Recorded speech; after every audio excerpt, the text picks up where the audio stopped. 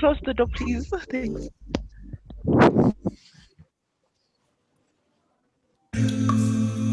It ain't like you hearing it and it's like moving you.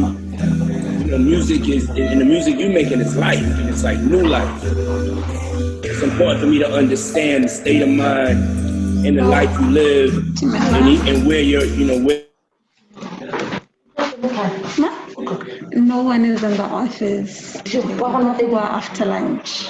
After lunch? Yes. So you can check it at what time? Probably about 2 o'clock. 2 going downwards. But I don't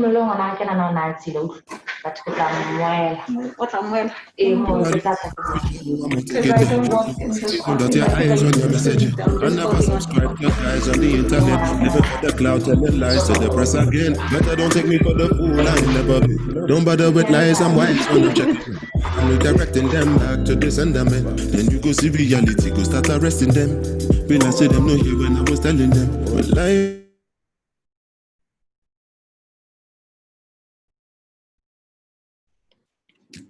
Hi everyone, I am Aditi Lachman, and it's amazing to have everybody on the call. We're just waiting for a few more. It's 69 people. If you can hear me, give me a thumbs up. So if you see there's a reaction button at the bottom. Cool. And so also, can you update so you can put your name as part of your name and then the country or the city that you're currently based in.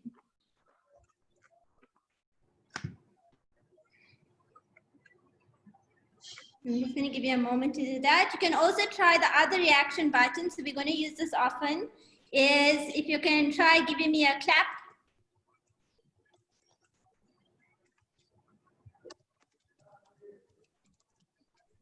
Cool, and then you can also try the chat function. So this would be available throughout the session as you have questions or comments. So if you want to try a quick chat, let us know how you're feeling right now.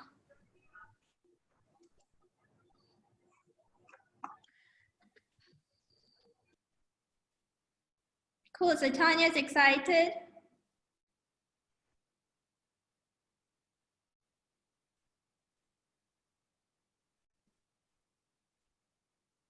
Excited, there's a lot of excited.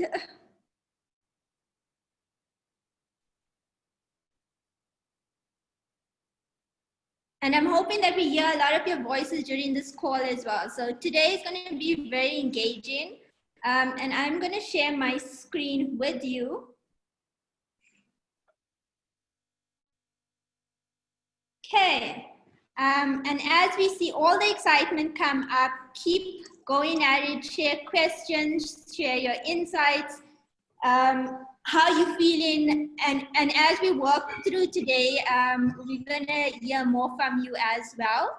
I am, as I said, Aditi Lachman, and I am the program coordinator at WomEng, and I'm excited to have you on this journey with us, and we're gonna kick it off right now. So a big welcome, and we've all tested the reaction buttons, we've tested our chat. There is a few other housekeeping rules I'm just going to go over before we get fully started. And so in this call, it's going to be 2.5 hours and it's going to go by really quickly, is a quick what to expect from us on this journey. And as I said, is all journeys start with a single step, and the fact that each one of you took the time to put yourself forward is already showing leadership skills. And as far as that, a quick of what to expect from us is that at WomEng, we deliver world-class skills development training. You're going to have access to alumni in our network of women in engineering. You're going to have access to resources and engagement with everybody on our various chat forums as well. Likewise, what do we expect from you during this journey right at the beginning? So something that we call engagement etiquette. So one is, I'm really happy that everybody's been signing on 10 minutes earlier and on time. We request that while we are presenting, to avoid background noise, is that you do keep yourself on mute. We're happy if you can raise your hand. So if you look in the Under participants, you have the ability to raise your hand if you want to be heard. And then you can unmute yourself on that request. So if you are, we would love to see your faces. So if possible, do keep your video on because we love engaging with you and seeing you engage with us as well. So yeah, definitely keep the video on where possible. Limit distractions, and we do ask it's for the next 2.5 hours that you stay fully engaged and that you be part of this journey throughout as we start and kick off going into the next couple of months around fellowship. Okay, everyone still excited? Hands, thumbs up. Can I see some thumbs up? Oh, there. Cool. I like the yes. Okay, so let's get started. And where do we start? It's very much right at the beginning, right? And so we're proud to have you as part of our cohort at WomEng Southern Africa Fellowship. And our goal throughout this journey with you is to equip you with skills so you become a confident leader and thrive in the workplace. And by the end of this journey with us, you're going to have improved skills in terms of leadership, innovation, employability, and well-being. You're going to also be exposed to industry leaders and a number of mentors throughout your journey, while also, I'm pretty sure has been a big thing when we were introduced ourselves yesterday on the WhatsApp group, is to build your tribe. You're all looking for a sense of community, and this is where it's at. How many of you agree? Thumbs up for that if you want.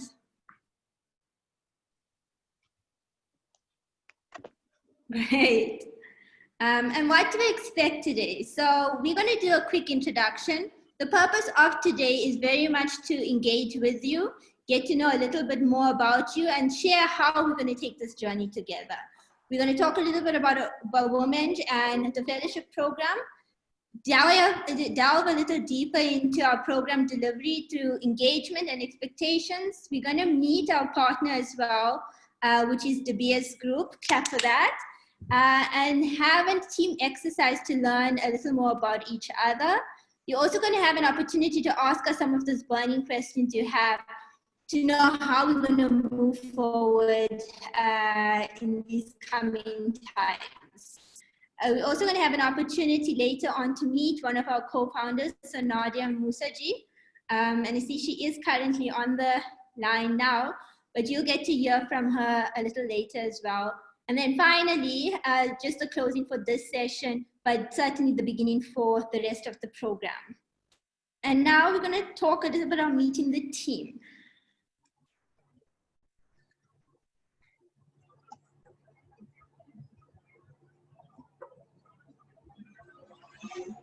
Okay, so I'd like to introduce you to your women's support team. I, Aditya, I'm heading up the support team and will be working with you throughout. I'm the program coordinator at WomEng, and part of the team of making this incredible journey for you worthwhile is Rosharon Morgan. So yesterday on the WhatsApp group, you would have met her, and she's our Chief Fun Officer on Fellowship. Rosharon's been with us for a number of years, which she referred to herself as a furniture year at WomEng. And this is actually her third fellowship that she's running with us. Rosharon, do you want to do a quick hi? I'm trying to say, as I said, I'm the vintage piece. So I hope you guys have an amazing journey because you're going to learn a lot and you're going to stretch yourself. So well, good luck for all the months that's ahead. Great.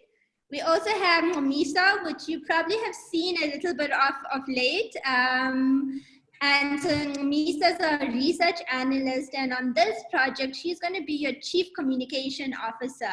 And Misa, do you want to say a quick hi? Hi, fellows. Like Aditi has mentioned, I will be the Chief Communication Officer. And so that means that I'll be handling all the communication. So with all the emails and messages that you send through, I'll be the person answering. Great. And lastly, we have Neliswa. So Neliswa is our chief producer, and she's making today's call and all the background stuff happen, and it happens seamlessly. So Neliswa, would you want to do a quick hi from your side? Hello, everyone. Hope everyone is good and all the best with the program, and hope you guys enjoy.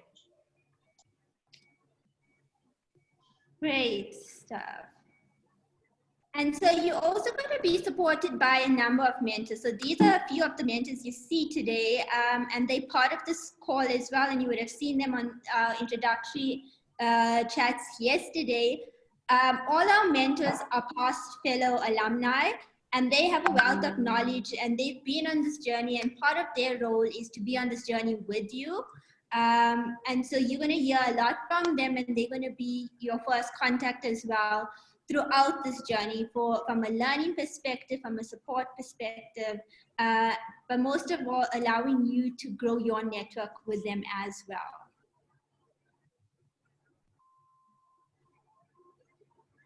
And lastly is our partner.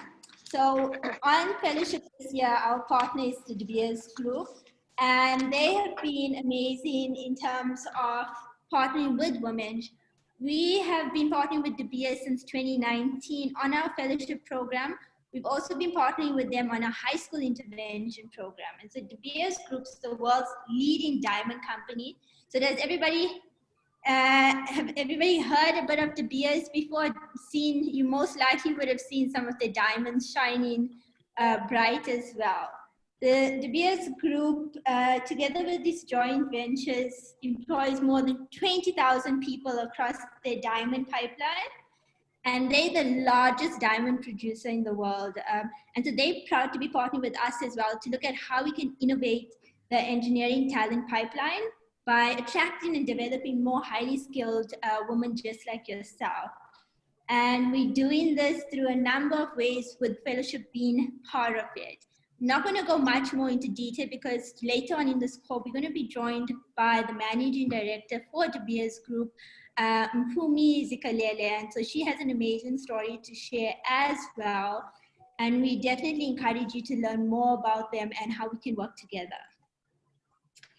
And lastly, most importantly, is you, our cohort. Yesterday, we've seen so much of excitement, getting to know each other, and we saw the bits of finding out who's the industrial engineers and who's the mechanical engineers. Electrical engineers, anyone around? Can I see a thumbs up?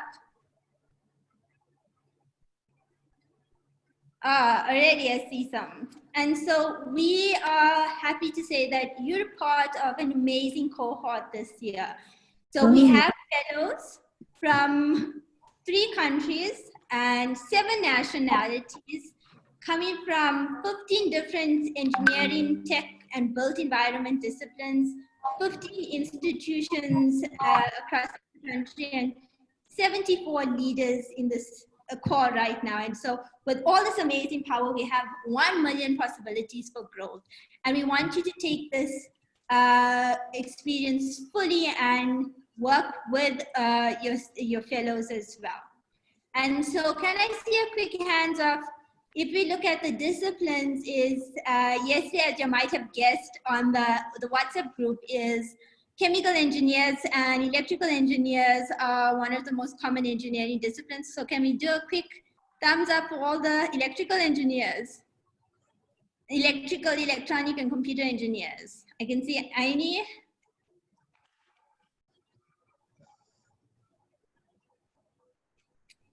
Great.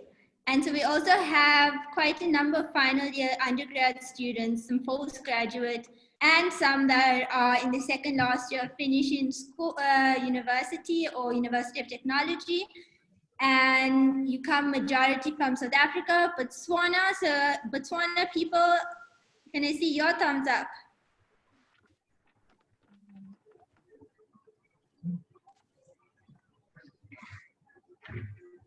Great. And we also have Ghana and Kenya and Lesotho as well. So the amount of culture and knowledge that we have in this group is something that is quite amazing, and that creates an opportunity for you to learn from each other as well. with that, Rosharan, Chief Fun Officer, would you like to do a check-in with everybody right now? I definitely want to do a check-in because I was reading through those messages yesterday. Can someone please explain to me what kapana is? I went and looked at those pictures and man, does that food look good. So any of you ladies willing to please explain what it is and just make us celebrate some more because we looked at the pics. So as someone as excited as I am about this food. Any takers? Unmute yourself.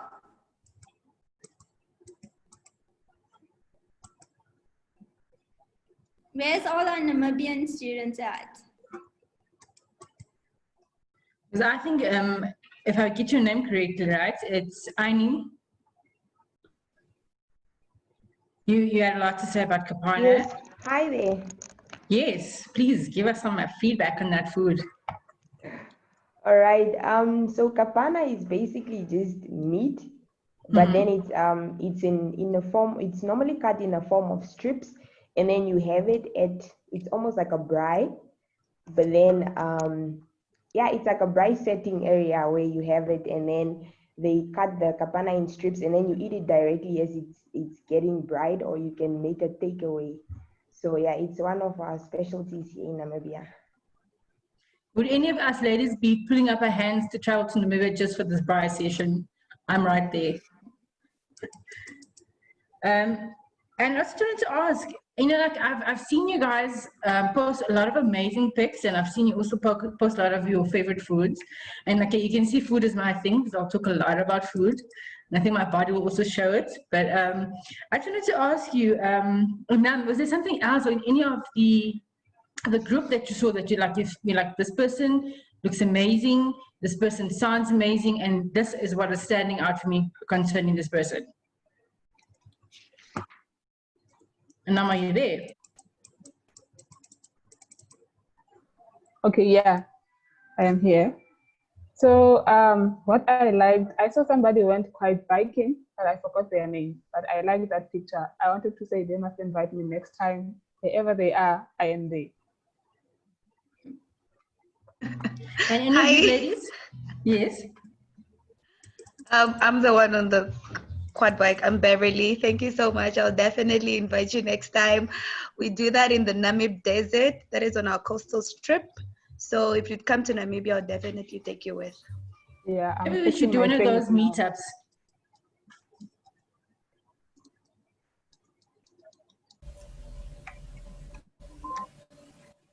And Tasnika, have you seen anybody that you find, or just their journey? Because I think for us, the biggest driver around here is to watch your journey, to watch you grow and to see, where you start and where you end. And many of you ladies have gone through an amazing journey already. I just have to read some of the things that you've seen, that I've seen on your page, and I'm like, okay, I can learn a lot from this lady because this is an area of interest for me, this is an area of weakness for me.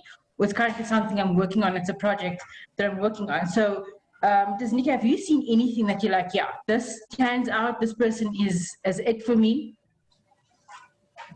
Honestly, all of these women are amazing. Firstly, yeah. There's so much to learn from them. Something that stood out for me was nuclear energy that one of the ladies was studying. And that just sounds super cool, like straight out of a movie. And yeah, it's something I want to just have a discussion or a chat about with that person. So that definitely stood out for me. Okay, so who is it that was studying nuclear engineering? Can you please tell us more about your journey? Please tell us what you are studying and exactly what it is that you're doing. That would be me. Yeah. Well, I'm mostly focused on power generation in the nuclear industry. My journey isn't, I don't know, maybe it's because of me, but I wouldn't say it's that exciting. But what we do is that we do research on how nuclear reactors work for power generation. And my master's is more focused on the spent fuel from the nuclear reactors. So yeah, that's kind of it. And with which university are you at the moment? I'm at Northwest University. and Pot, right? Yes, in Port. Yeah, because I know they've got a very strong nuclear background. Okay, that's quite interesting. And there's any of the other ladies in the court would like to, reading through having read through some of those messages that maybe you'd like to ask someone a question like, what the hell does that mean? Or I've never seen this before. It's like, just what is your area of interest? Anybody? You can put up your hand so I can know we can unmute.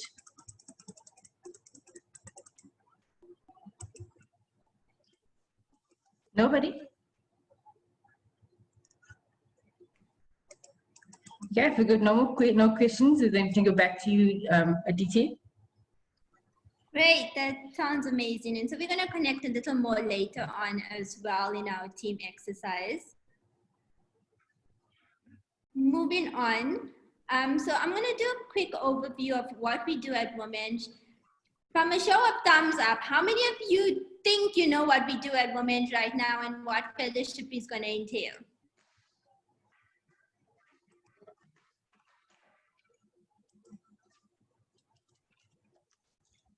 Okay, I see Anand.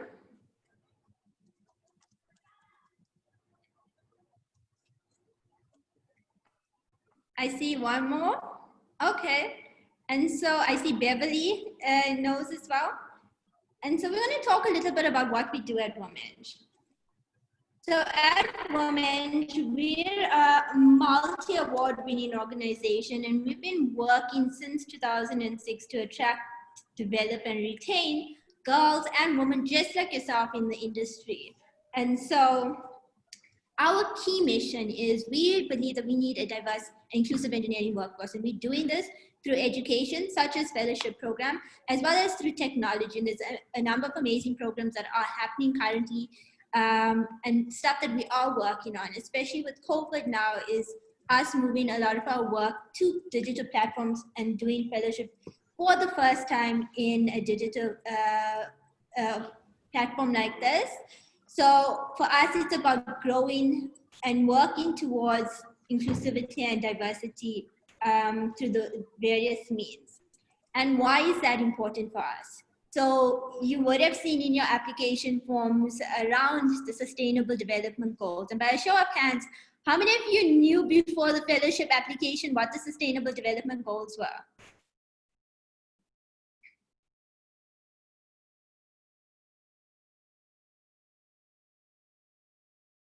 Great.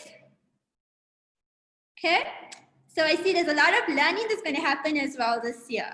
So the Sustainable Development Goals were set by the United Nations. And so it's a set of goals that unites the entire world around social issues, economic issues, as well as environmental issues. And as engineers, our key goal is around solving problems. And so the work we do is tightly related to Sustainable Development Goals. If we are able to create you as powerful, confident engineering leaders, you can go out and solve a number of these goals as well.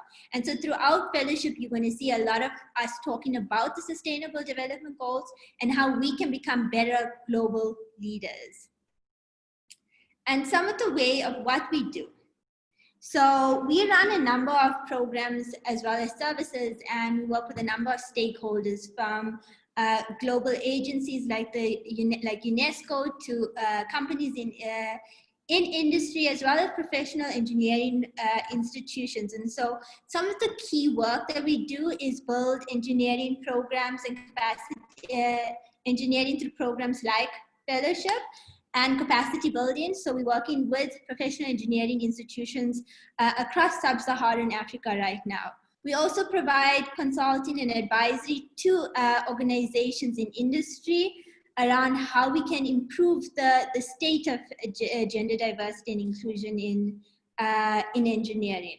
We also now more than ever are doing digital programming and doing a Go Digital strategy that can expand our reach and capabilities across the digital platforms that we're working on right now. And one of the most amazing things that we have right now is, based on the work we have been doing globally, is WomEng has has and is building the largest online portal for women in STEM. So for everybody that wants to connect and look out for people that look like them, to connect and share stories, this definitely is the right place.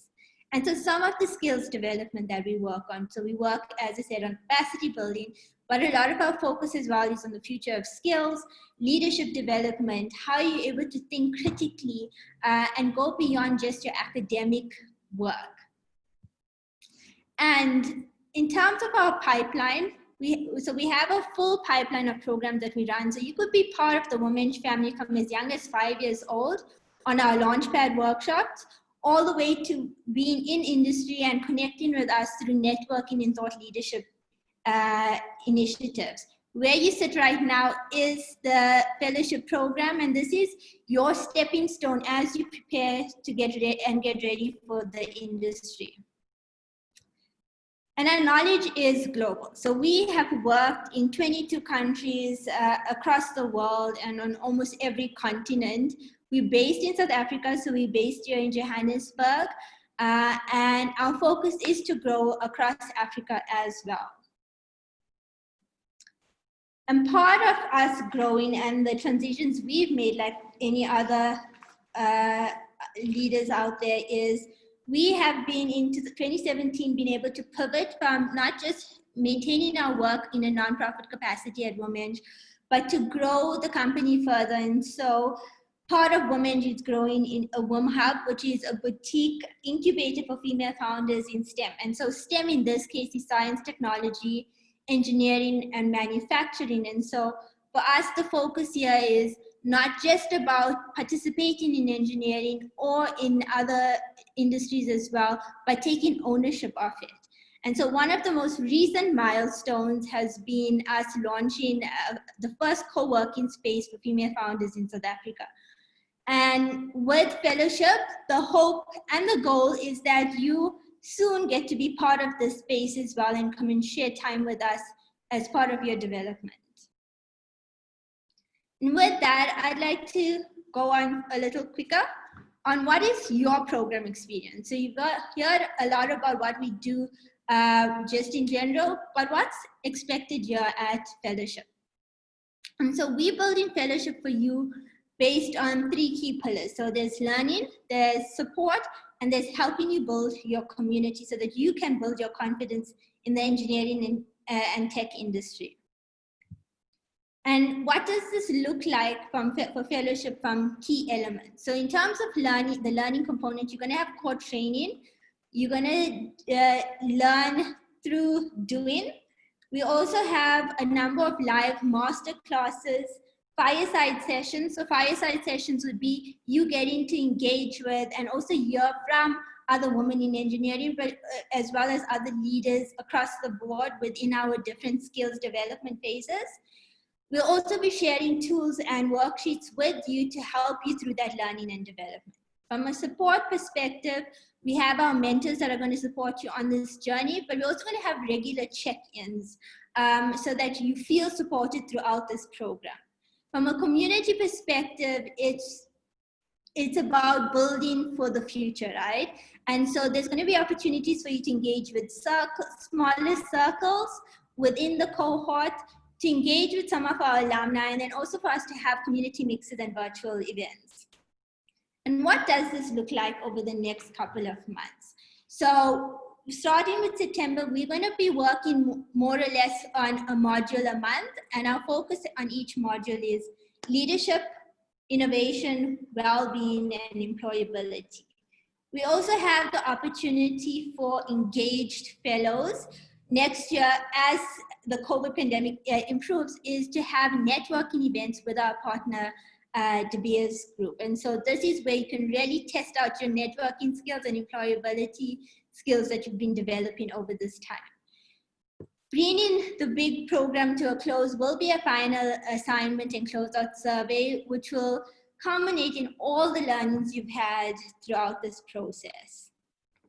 And so giving you a quick overview of our curriculum. So module 1 is about leadership.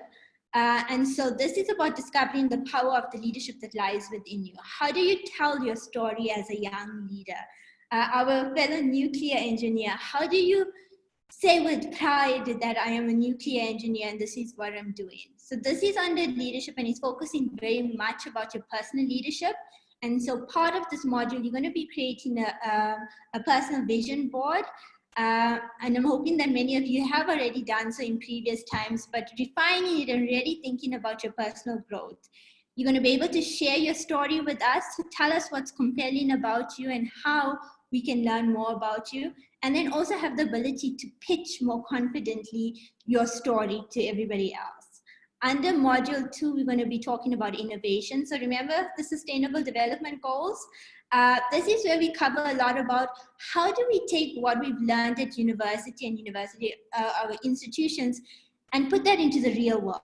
What are the real world problems we as engineers and technicians and as technologists, what are we solving for and how can we make our communities and our countries in the world a better place?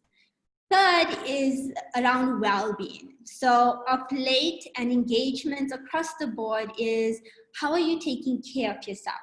So as leaders, we tend to always put others first and focus on getting through things first, putting our well-being at the priority. And so module 3 is about covering various aspects of your personal health. And so this includes your mental health, your financial health, your physical health. So have you been getting up and engaging during this lockdown periods in all 3 countries?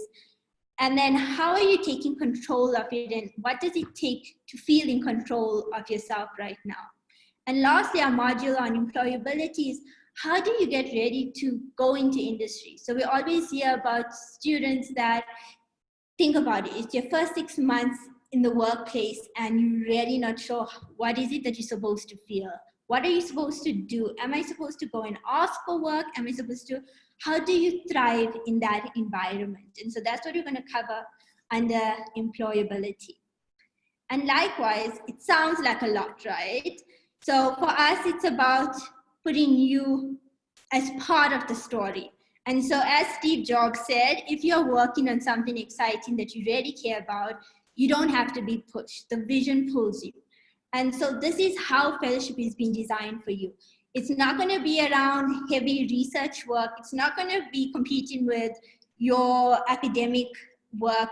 It's a time for you to be very self-reflective and understand your personal development other than just your academic work.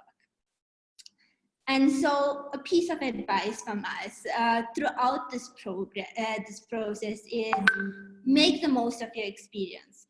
So some of the tips we suggest is full presence and engagement in the session. So sometimes even if you think your thoughts might not be of value, is share it, and you never know who you're gonna benefit as well while sharing your voice.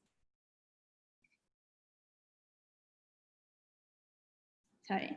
And then we also request that we will be sending you worksheets and we will be sending you resources. Is use that time at home around reading and going through these activities, being prepared when you need to show up.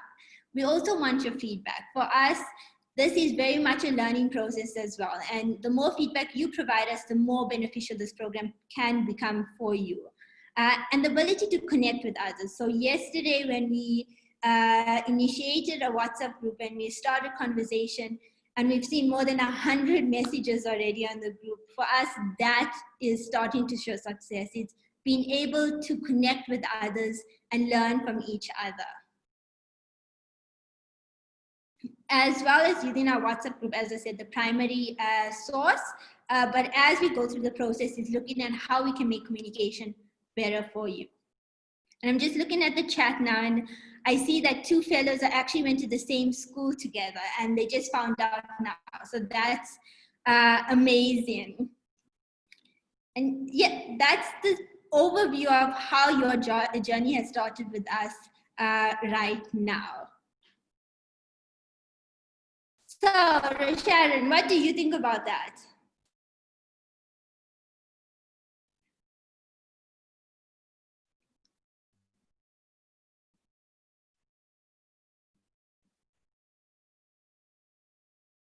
Hi, Sharon. No, what I'm saying is the key word here, I think all I have been using is excited. We've all gotten to the place where I think the pandemic has kind of like driven us and dragged us along. And just being able to get to a place where we actually find the purpose again, purpose for who we are, purpose for what we want to do. That's kind of like exciting. Sorry to use the word again. But it's just nice to know that I can find different perspectives. And I just wanted to ask you ladies, of the modules that you looked at, don't you guys want to just tell me in the chats, which one do you think is most applicable to you in the season that you're at? Which one works for you mostly? Or which one speaks to you the most? And we will look at the chats a bit and just give feedback on that one. So on leadership, let's give, while you're busy typing, give us thumbs up who is open to the leadership one, who says like, yeah, if there's anything I need to work on my leadership, or I just want to grow my leadership a bit more. I see innovation, well-being, okay. Innovation seems to be getting a lot.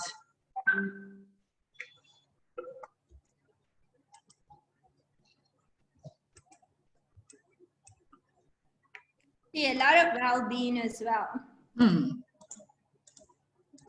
Oh, I see we have a poll up, so you can also vote on the poll.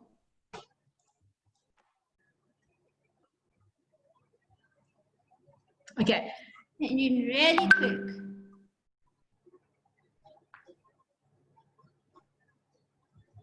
There's no employability. Let's use the last leadership as employability. Okay. Good one. We were checking if you were focusing. Okay, so a lot of interest around innovation and well-being, I see.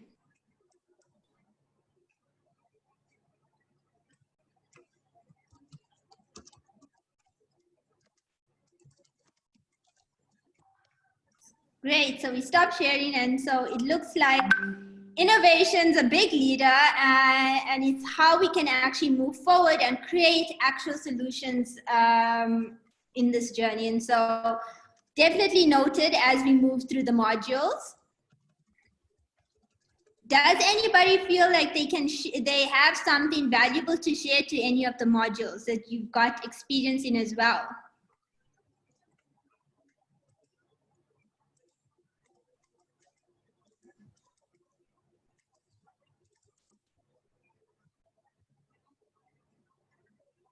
So Sharon, what was the most important, what module is most important for you right now?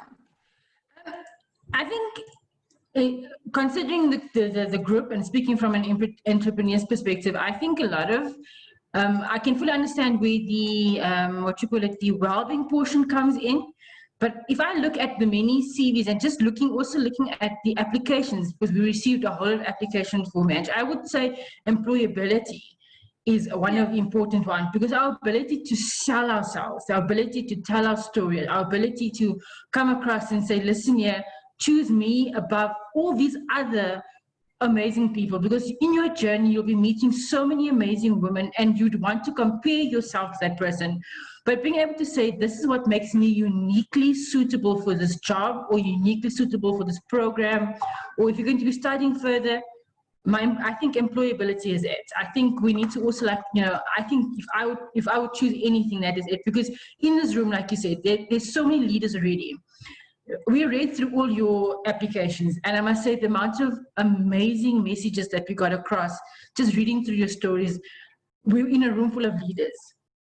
And I think we all can also vouch for when you raise your hand and you say, well-being, I think I would go crazy in my studies and I don't know how to fit my studies within this space.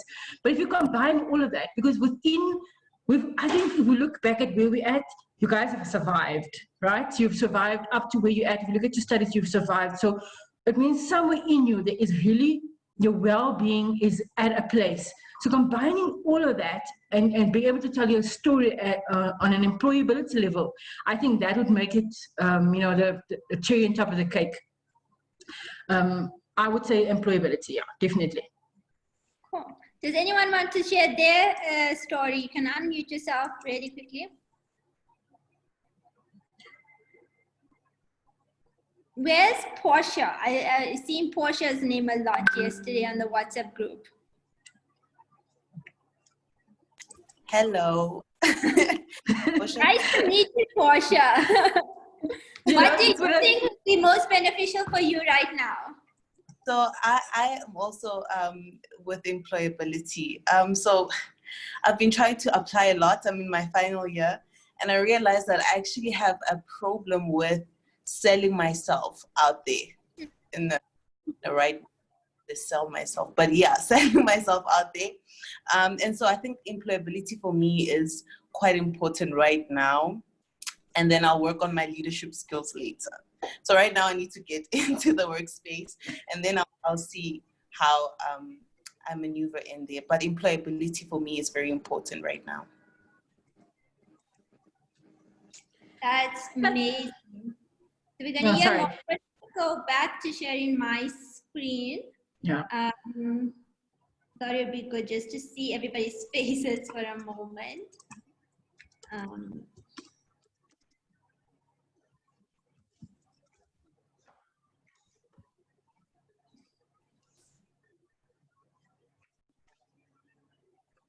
Okay. Share my screen.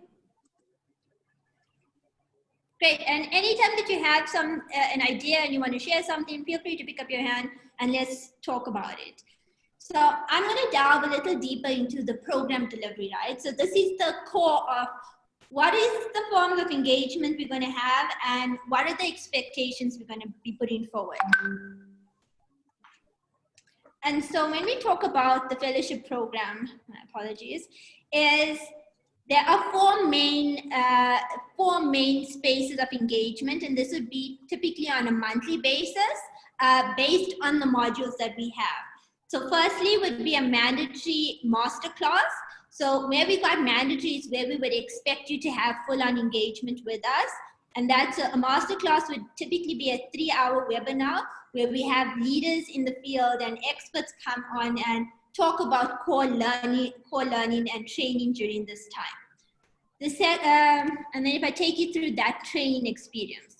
So over the different modules that we have is the type of content we're going to be sharing during these 3-hour sessions. So in the leadership session, for example, which would be coming up in September, is we're going to be talking about building your brand, your values, and your culture. So Portia, very relevant to as you said, how do you sell yourself better? It's understanding who you are and how do you express this better to everybody else around you. We're also going to cover how to find your purpose, the different leadership styles. So if we look at it, not all of us are the same leader, right? We all lead differently. And we can have many conversations about the types of leaders we are. And that's the discussions we're going to have in that module, and also communicating with influence. How do you exude that confidence and how do you sell yourself more confidently? So throughout each module is covering key aspects that could help you become that stronger, better, more confident leader. In terms of times, and so we've put here guidelines of when these sessions will be held. We will post this call, also send out calendar invites to you so that these dates are in your diary already and that you're preparing for them. Secondly is mentor check-ins. So our mentors, you're going to be split up. There's much more of you than our mentors. So you're going to be split up into smaller circles. So each circle will have a mentor and between 5 to 6 fellows in it. And so you can either have quick one-on-one sessions with your mentor, or if you want to go through this journey collectively, is have regular check-ins as a group on keeping each person accountable. And so some of the milestones that we're going to have as part of this mentor check-in is, for example, in this month is being able to connect with your mentor, get to know them a little more. You are going to sign a partner agreement. So it's saying that we are in this together and we're going to hold each other responsible and be those bodies that we need for each other. As part of that mentor engagement as well is being able to check in with them on the various aspects of your development. So if you ever need a sounding board, that's what your mentors are going to be there for. Your mentors also are still university students, some of them. So some are young graduates working already. Some are still pursuing their studies at university. And so it's a great opportunity to connect with people that have been through this fellowship journey before you, but also can relate to exactly what you're going on right now. And so the dates that we've put here are around when we would recommend you do have at least one mentor check-in with your mentor before those deadlines. So on or before those deadlines, just to have a reflective session with them and understanding where you're growing, how can we work better on this experience for you. And so the third aspect is the assignment and feedback. So for us to measure your engagement and for us to see how you're growing is us putting together various assignments and feedbacks for each module. And so again, this is not going to be a 2,000-word essay that you have to submit to us and doing months of research and stressing over. It's very much about reflective exercises, complementing your development by stressing you out. And so if you've ever been stressed on this program, what you're going to cover under well-being is reach out to us, share with us. We want to help you grow through this process. And so the assignments and feedback are mandatory. So part of fellowship is, and part of everyone's development is having some sign of, did I accomplish something, right? And so part of the requirement would be that you complete, so there's 4 modules and then a final assignment is for you to complete 3 out of the 4 assignments at least. So ideally 4, but we all know life happens sometimes, right? If you're able to complete 3 out of the 4 and then the final assignment, then you'll be eligible for a completion certificate on the fellowship program. Your level of engagement on this program as well is critical. So as we mentioned, that we will be having networking events with DeBe as our partner over the coming months. And so part of that is assessing who is engaged, right? And that's why it's so critical for you as a leader to be engaged with us during this time.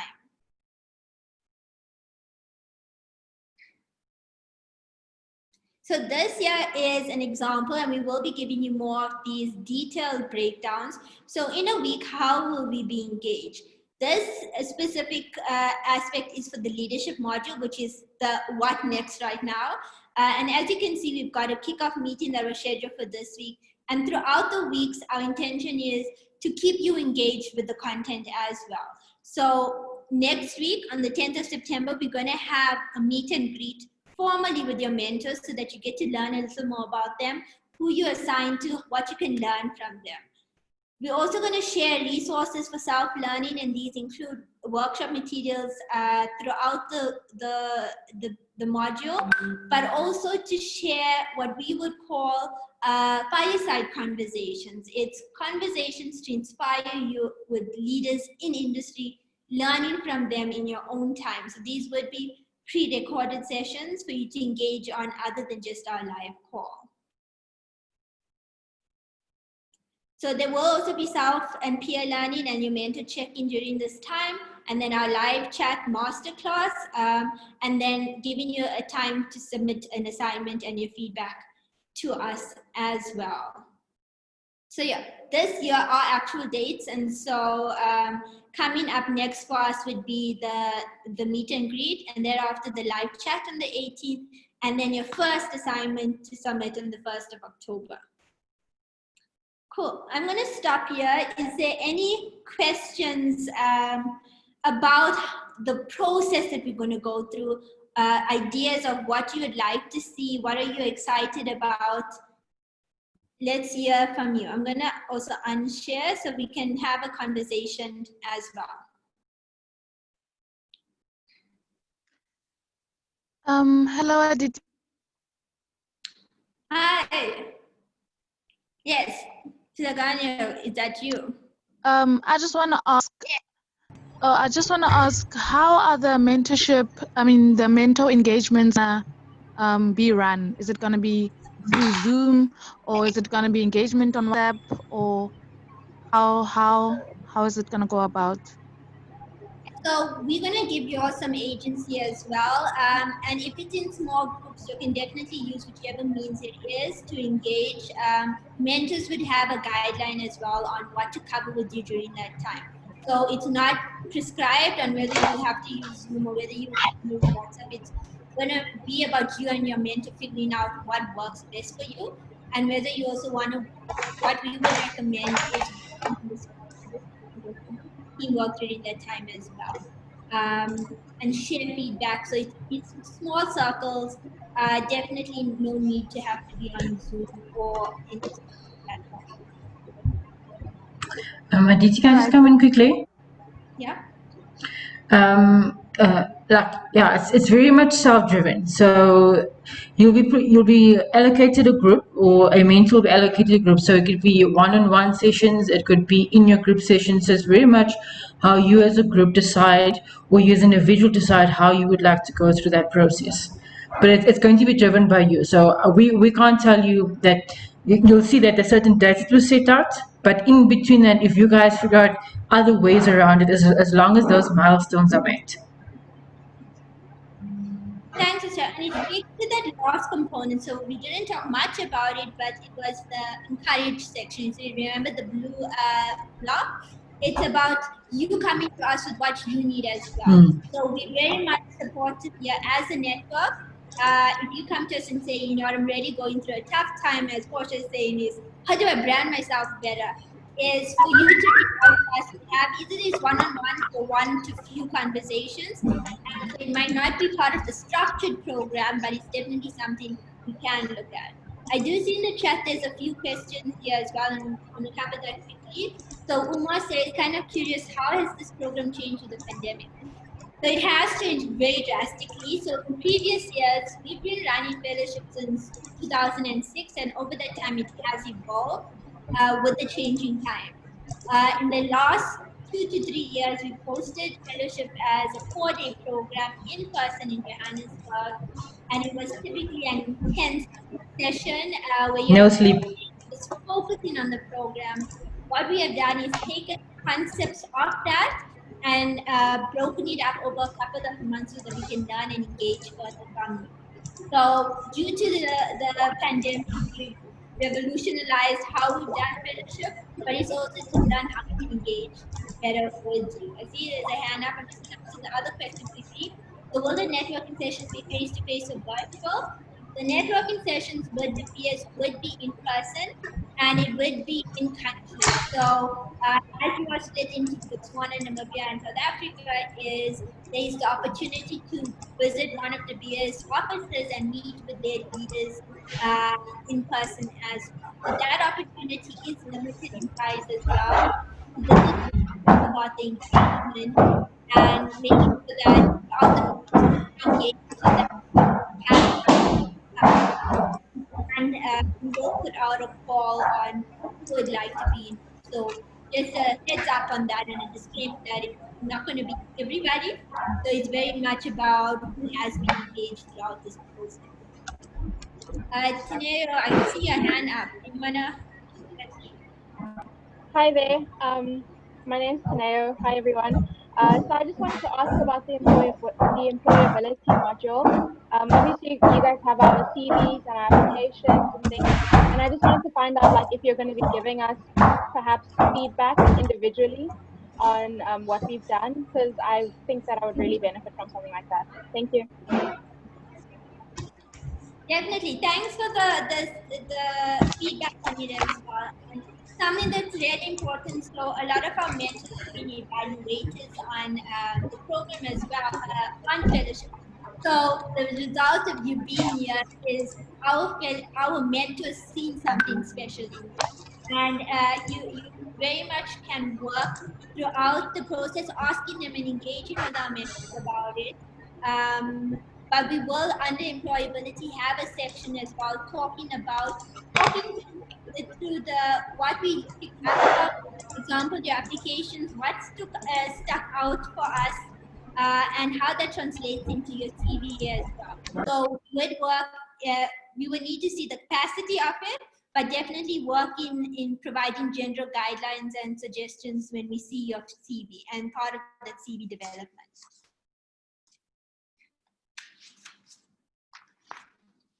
Any other questions? Hi, I have a question. Yeah. I wanted to ask about the mentor groups. Are we going to be assigned to a specific group and then we're going to stick with that group for the rest of the fellowship program, or are we going to be sort of shuffling and like rotating the groups? So we will initially do, so the module is broken up into 4. What we will do is an assessment after the first 2 modules on where you are in your mentoring relationship. How are you engaging? Are you benefiting? And definitely allow for that exchange if needed. So it's very much about us learning what's impactful for you as well. All right, thank you. Great. Anyone else wants to share?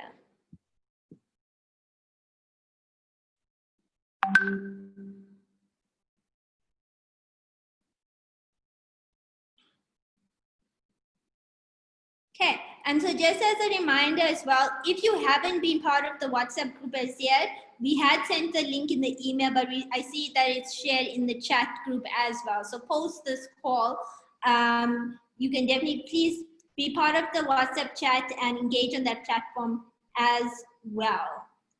Any last questions? Going once, going twice? How's everybody's energy levels? Thumbs up if you're good. I'm checking. It's a thumb. I see Lilani's cool. Okay, so everybody's still engaged, right? And so we're going to move into our next session. And I feel like everything's going really fast, right? And in our next session, we're going to have an opportunity to speak to our partner from De Beers. And so we're honored to have Mpumi Zikalele, who is the Managing Director of the De Beers Group Managed Operations. And this includes operations in South Africa and Kenya. And so Mpumi joined De Beers Group as a chemical engineer, a chemical bursar, sorry, let me get that. A chemical bursar in 1996. So Mpumi, I'm going to say some of our fellows weren't born even at this time. And so during that time to now, she's filled a number of roles in the organization, both in mining and the rough diamond trading. So she's been through the business, and she was previously the Deputy CEO of De Beers Consolidated Mines. So Mpumi, I'm going to hand over to you and tell us more about why this partnership has been important for you as well.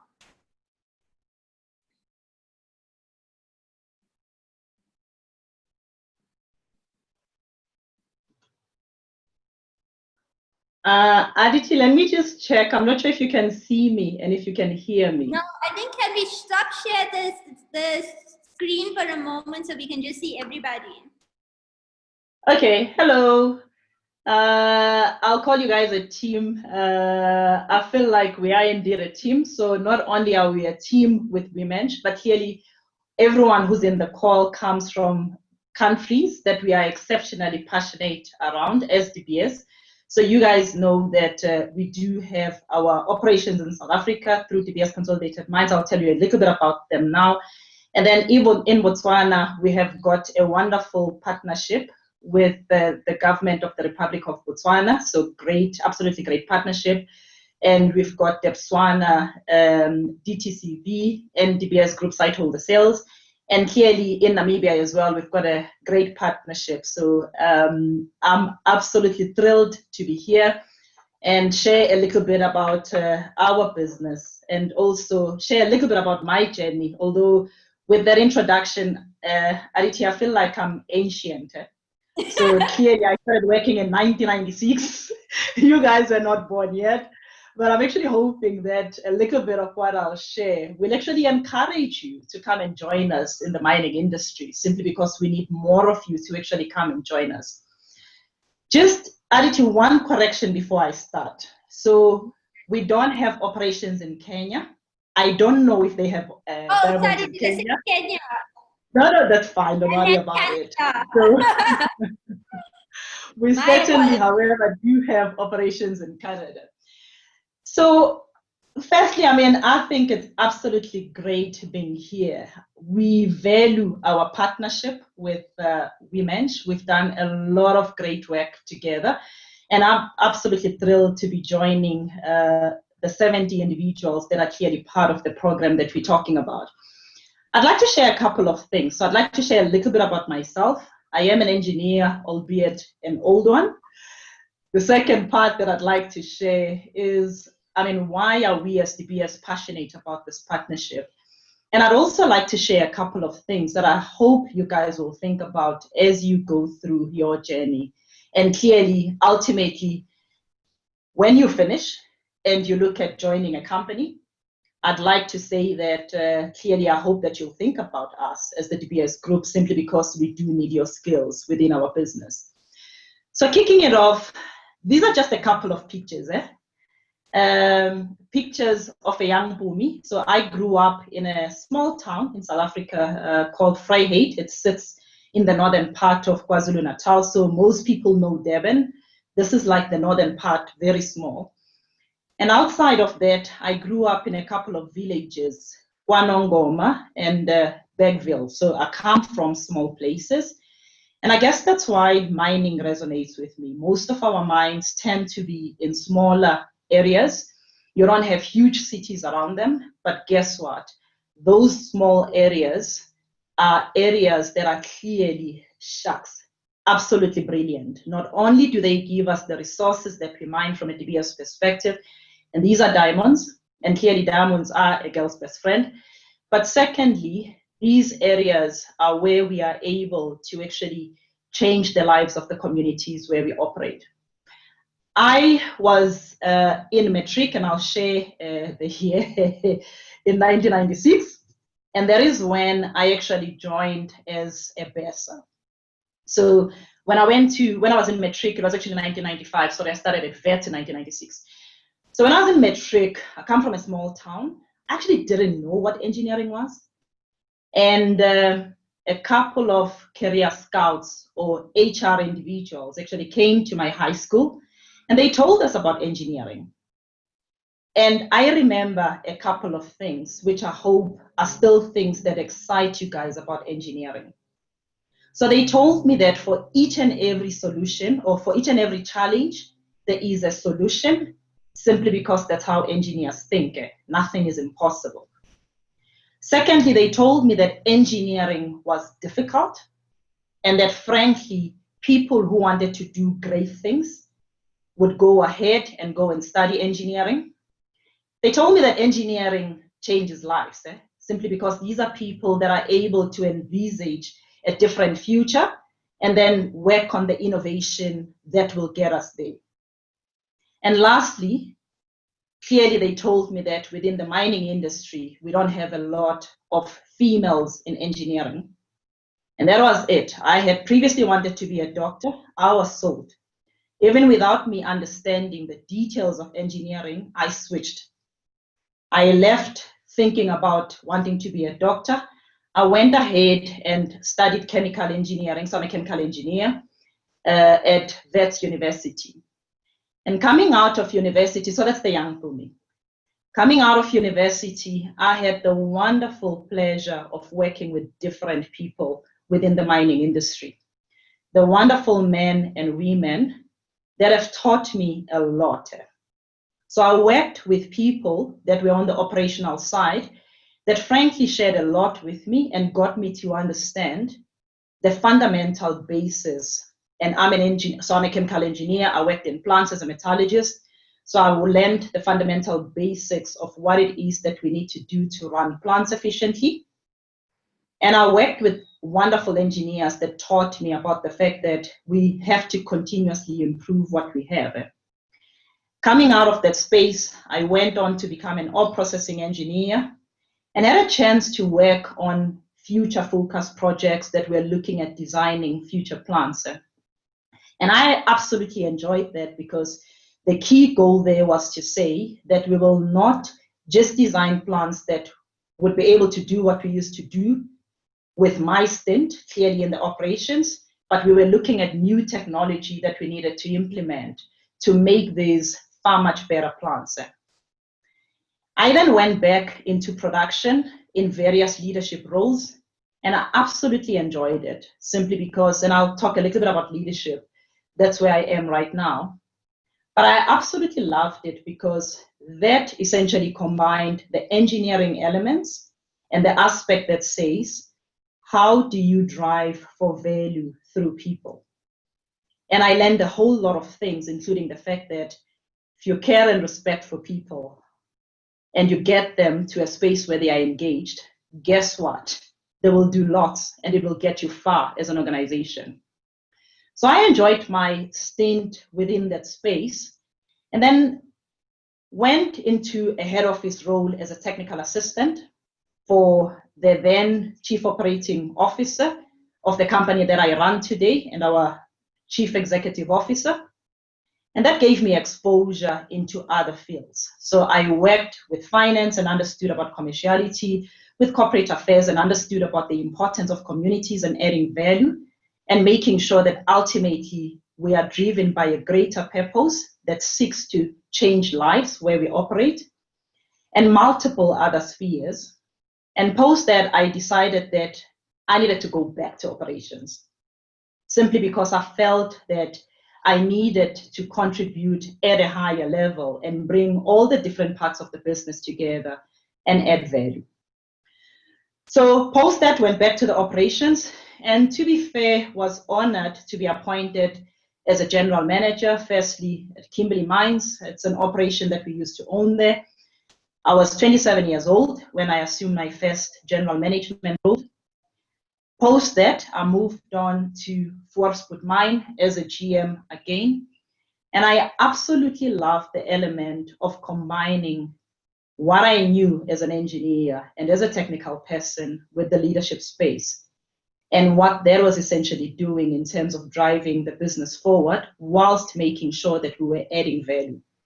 And whilst making sure that we were doing that through the teams that we had. And I guess one of the things that I loved the most was that at Voorspoed, even though we subsequently closed that mine, the mine had a young average age insofar as the workplace was concerned, and the mine was diverse. So we had females doing literally everything, driving trucks, operating plants, doing everything that you can think of, finance, HR, engineers, different spheres, literally everything. And I saw the beauty of what it is that one can get to if they indeed drive for an inclusive culture where everyone is free to be themselves, and diversity, which is diversity in terms of age, gender, you name it. The more diverse, the better, because you get different thinking that comes in. Post that, I then moved on into the sales side of our business and ran Sightholder Sales as its senior vice president. Absolutely enjoyed that part of the business, and it taught me something critical. I knew very little about sorting, valuation, and selling diamonds, but as a process engineer, that's exactly what assisted me with regards to running that business. And clearly, as a leader, that's what allowed us to drive for success within that business. I guess that's the beauty of engineering, because engineering teaches you a lot about thinking, and it means that you can essentially go into any space and add value. Post that, let's cut the long story short, I then moved into a deputy CEO role, and then subsequently came into my current role, where, as Aditi said, I am the managing director of our operations. We call them managed operations. It's our operations in South Africa and operations in Canada. And I have to say, I work with an absolutely wonderful team of women and men. And the things that I learned when I was young about how engineers think and how they add value, leadership, and everything else are the things that are assisting me in my current role here. So as an engineer, guess what? There is no limit for you. And I hope that you will, as you think about what it is that you want to do in the future, think about that.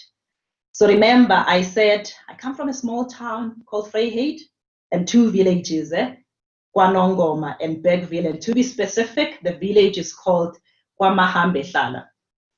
Those of you who do not come from KwaZulu-Natal won't even know what that means. Bottom line is it's a long way and it's a village where, frankly, that I'm extremely proud of. But guess what? Engineering has allowed me to do what I've been able to do. And this is the opportunity that you guys have. And this is exactly why I'm here, simply because I'm passionate on your behalf about the journey that you are embarking on. Let's move on and let me tell you a little bit more.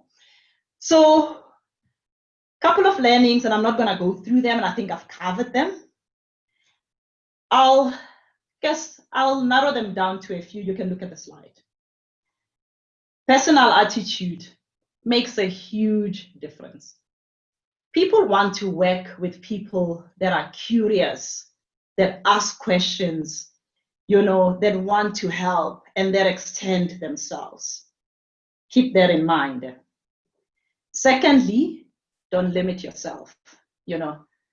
Other people may come and try to limit you, but have the resilience to understand that there is no limit for you. There will always be another door. And that's exactly how, as engineers, we should think, even as we tackle unique challenges and even as we innovate well into the future as well. Thirdly, please don't be stuck in the past. So there are people that say, hey, we tried this in the past.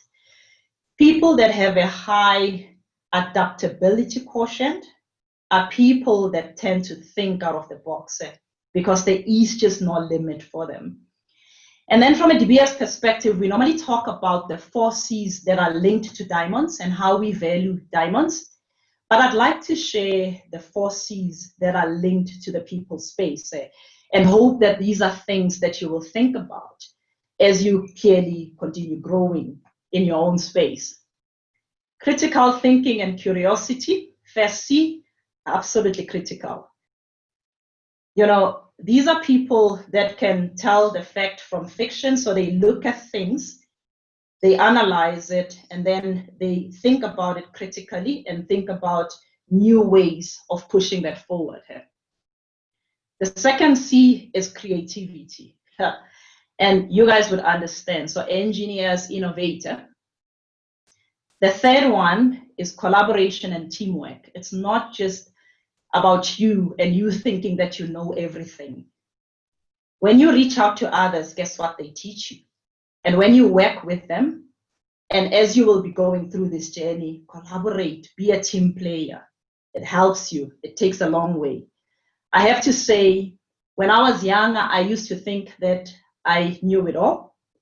And as I've started getting older and older, I think every year I realized that I actually know less, or a little bit less than what I used to think I know.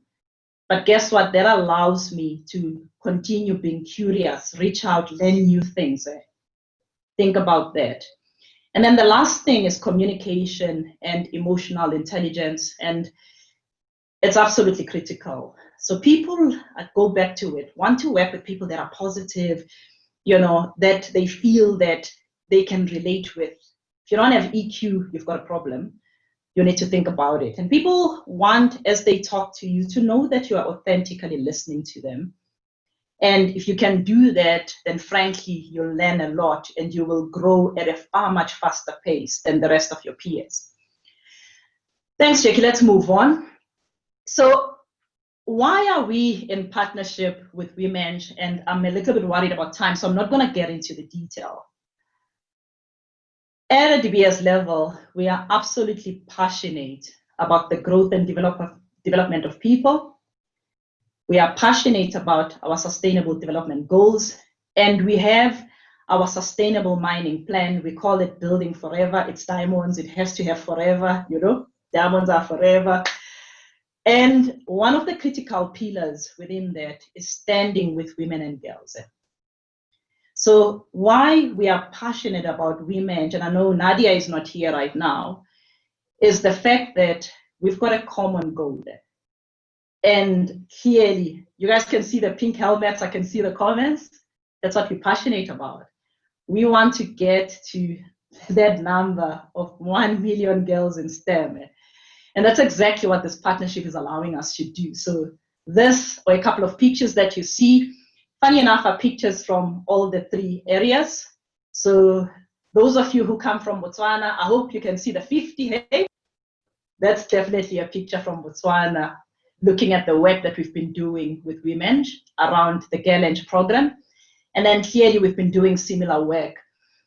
And where this links in with our goal is when we talk about standing with women and girls, we actually made a commitment, and Jackie, we can move on to the next one. I see you want them pink heart heads, end them, hey, end them. Aditi, I'm worried. I haven't received this pink heart head, and I feel like I've worked hard, so please think about it. But we made a goal here. So in September 2017, and the gentleman on the right-hand side is our group CEO, who looks after the overall DBS group. We made a goal. So he went up, and the lady on the side, you may know her, heads up UN Women, Mama Ome Pumzile Mlambo. He stood up and he said that as DBS, we would be he for she thematic champions. And that's the reason why I'm wearing this pin. And that talks about the fact that we've got the goal to change the world insofar as the role that women should have is concerned. We said it would start internally, and we said we wanted to achieve parity. And this was 2017. Because I want to speed it up, let me tell you what we've seen. At the time when we made this goal, we were sitting at a 17% female replacement rate, so the people that we bring into the business. And where we currently sit right now is we are currently sitting at 38%, simply because we understood that we needed to stretch ourselves. And guess what? It's still not good enough. And that's why we are talking to you guys, because we need more of you to come and join us. The second goal was around us working with our communities to change that space. And in the space, clearly, that's where our partnership with WomEng has come in, around the work that we're talking about, but looking at all the various spheres, including the fellowship program. The second thing that we said was that we needed to look at growing female micro enterprises around the areas where we operate. And I'm pleased to say that to date, we've actually trained up over 1,200 female businesses in South Africa, Botswana, and Namibia, because that's exactly where we're zooming in. The last goal was we said that we needed to change the manner in which we market our diamonds. So we needed to utilize our voice to change the world. So to not only talk about a female's role insofar as just the household is concerned, it's still very important, but guess what? We've got bigger roles insofar as society is concerned. And the wonderful thing is that we think differently. So as we innovate, we've got the ability to think about the broader society. And what we've seen is that through certainly our marketing campaigns, we've changed the manner in which we market our diamonds. And guess what?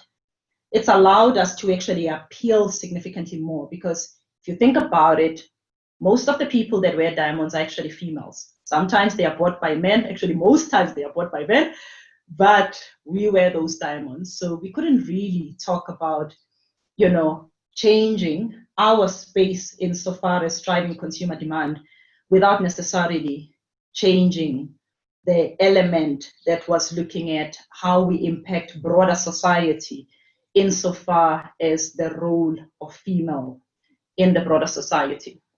So these are just a couple of pictures of some of the females that we've got in our business, because I need to finish off and I want to get to the video. I'm not going to get through them, but safe to say that this was not just a commitment. We made sure that we went back into all our systems and the things that define us as a business. We reviewed them to make sure that we'll get to exactly what we need to get to. Thanks, Jackie. So if I then look at the last one, and Jackie, before we look at the video here. So I hope that, and I'm over 40 right now, so I'll share my age.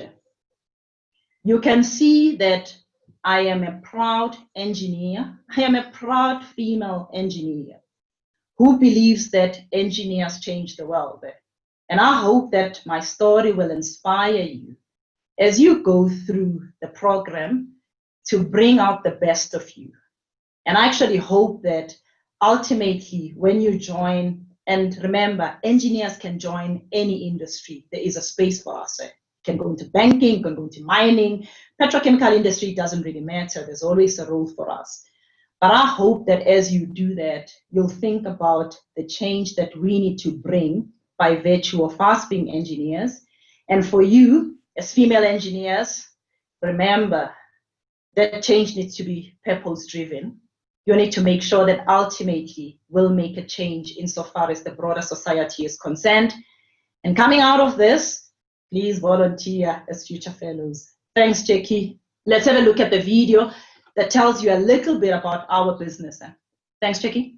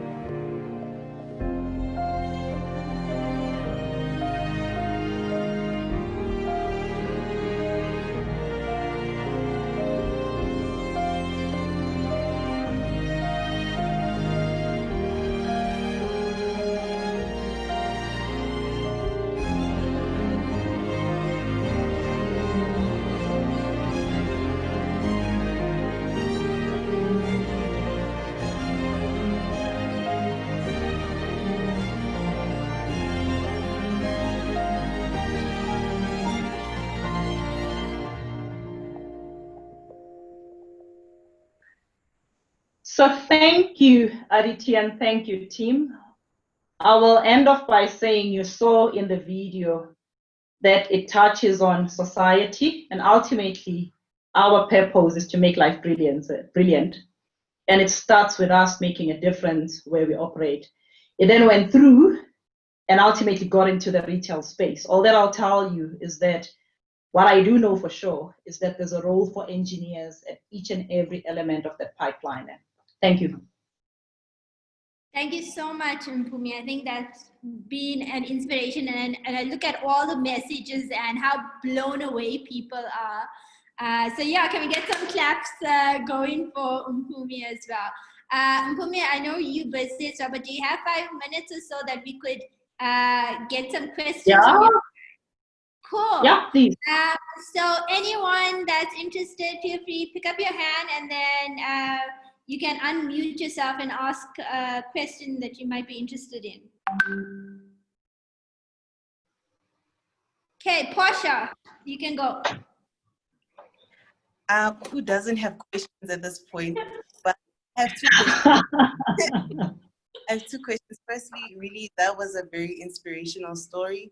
But I have 2 questions. You spoke about a mind that was that had an increased diversity, and I really would like to know basically the increase in efficiency, if there was an increase in efficiency, and optimality, I guess, especially if there was like a great number of women in it. Second question. Sorry, I was so excited.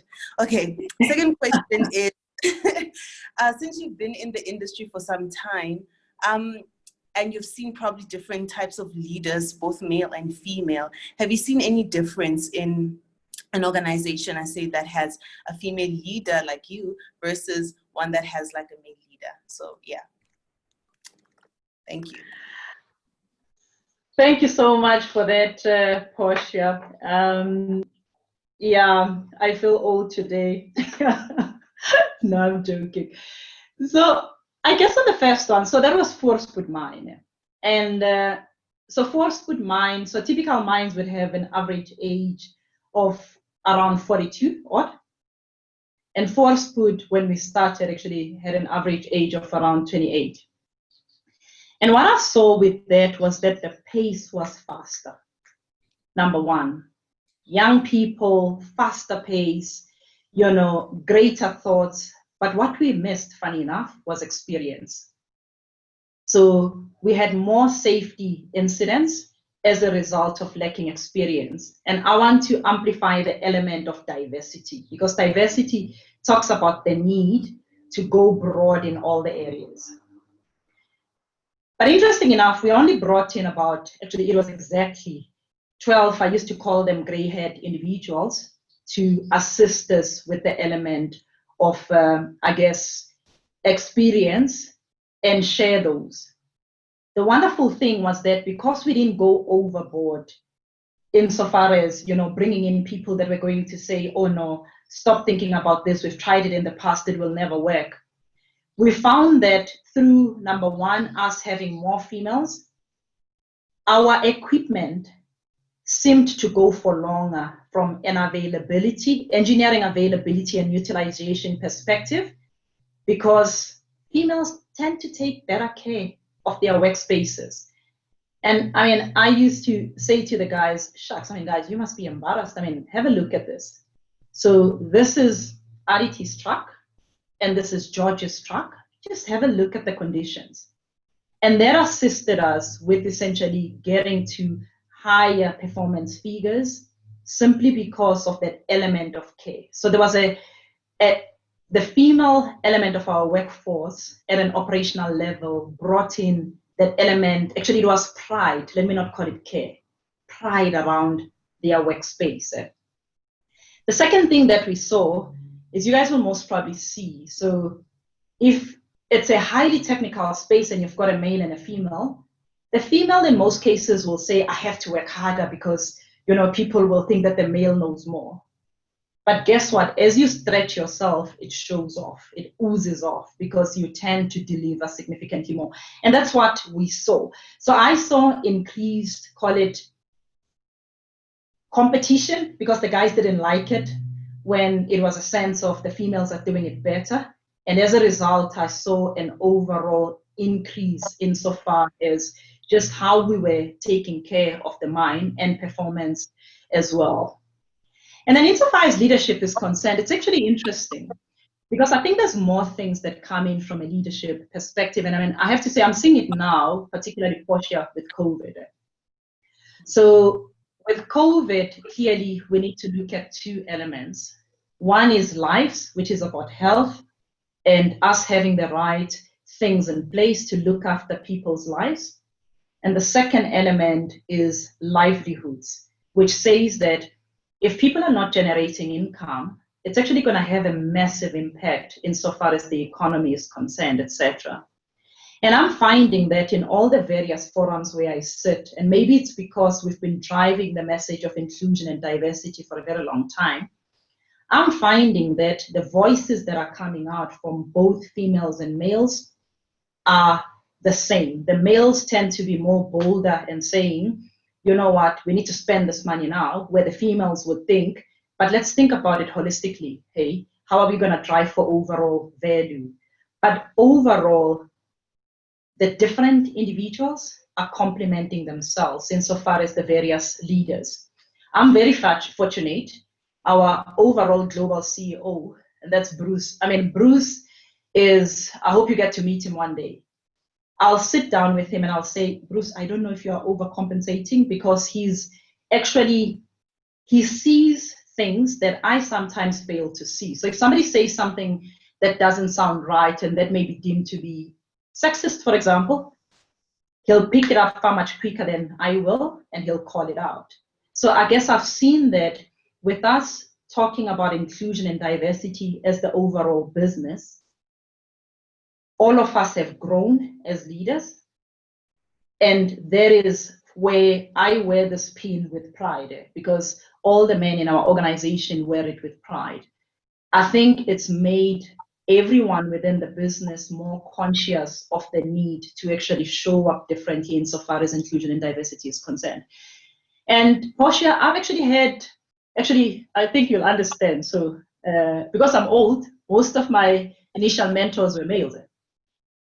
And I found that it ended up being a reciprocal relationship where they would say to me, so how do females feel about this? And I'd be like, oh, shucks, you guys are missing it.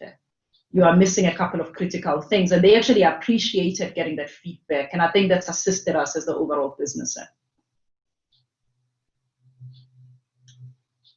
Cool. Thank you so much for that. I see so many questions come up as well. I saw one from Lonnie. Mpumi, this is, I think, quite relevant for young people right now, is what was one of your biggest mental blocks you've had to overcome? I think, and I'll talk about when I was young. So I went to Wits, graduated as a chemical engineer, and I thought I was going to get into the workplace and do this super duper amazing things. Guess what? I got there and I was told, Bobby, you are working shifts. You're going to have to learn from the guys. And it meant I worked all the shifts, morning shift, afternoon shift, night shift. And it meant that when, a pump was not working and there was a whole lot of spillage and it had to be cleaned up, guess what? I had to take that spade and shovel it together with the guys. And initially I thought, surely, when I was at Wits and, it was difficult studying and all those sleepless nights, doing thermodynamics, surely I shouldn't be doing this. So at the back of my mind, I initially thought, why am I doing this? And I seriously thought, maybe I should leave mining. Maybe the challenges with mining, I should go back. Chemical engineers are more petrochemical. Maybe if I go into the petrochemical space, I'll design reactors and, distillation columns. But guess what? It was all in the mind. And a great mentor taught me that, Mpumi, there's a reason why you do different things at different times. And I'm so glad that he taught me that. Because with me having learned about the operational side and the in-depth technical side, which wasn't just driven by the textbook, it helped me as I grew as an engineer. Because I could then not just think, in a book, when we looked at the pump curves, this is what we did, but I could actually visualize what I was thinking about. So I guess the key one for me is, when you get given a task, excel. Doesn't matter what it is, just excel. Believe you me, you will only realize later what the value is. So don't overthink it and say, but why am I getting this? Why is this given to me and not Aditi? They are favoring Aditi. Don't think about that. It's all in the mind. Let go of all those things and just focus on excelling on each and every single thing. You will learn more. That sounds amazing. And I think with the amount of questions that's flowing through, we could keep you here for hours on end for me. But it's been incredible for you to share your story. And I think it sets such a great tone just for everything else to come. And you can just see how everybody's amazed. We have our co-founder Nadia on the line as well. I think this is a great opportunity, Nadia, for you to come on board as well, as we say thank you to Mpumi for taking this time to share her story with us. Hey, Nadia. I miss you so much. I miss hanging I out do. so much. I know. At least we got color coded. We got color coded. I see today. That's okay. But you know, just from the bottom of my heart, a lot of fellows don't know this, but Mpumi gives of herself so freely to women. She never says no. Anytime we pick up the phone and ask her, Mpumi, can you inspire our fellows? Can you share your story and your journey? And she drops everything that she's doing at De Beers to come and give us of her time. And just, you know, thank you from the bottom of my heart. She's an amazing superstar in the mining industry, one of the top women in mining in the world, but not just the woman in mining, but one of the top mining engineers in the world. For everything that you've done, you know, you are a complete inspiration to us all. And I love just hearing you speak and sharing your thoughts and perspectives. And from all the questions and the comments, and I see that, you know, you literally blew up the chat room here. So thank you so much, Mpumi.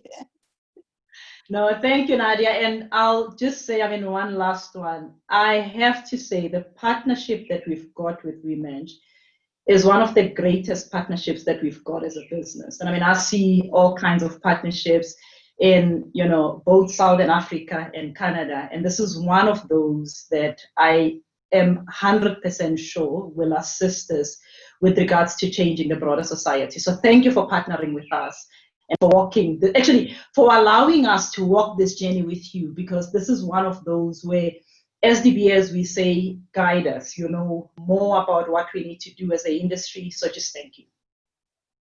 Absolute pleasure. Absolute pleasure. Thank you so much, Mpumi, once again for joining us and taking out the time for that. With that, so I'm going to shift the program Great. I'm going to shift the program slightly since we do have Nadia on the call right now as well. And so Nadia, you are going to share with us a little bit about your story and sharing with our fellows. There's 74 fellows on this call all ready and amped to take this journey with us, and a few words from your side on going on this journey together. Thanks, Aditi. And I'm beaming with pride, and my heart is so full this morning to see all of you on the call. We wake up in a very different world. In fact, I was just on a call of somebody I had met in February, and we were in Franschhoek, and you know, it was she had flown in from London, and it was just. And, you know, fast forward a few months later and the world is completely different. We can't go anywhere.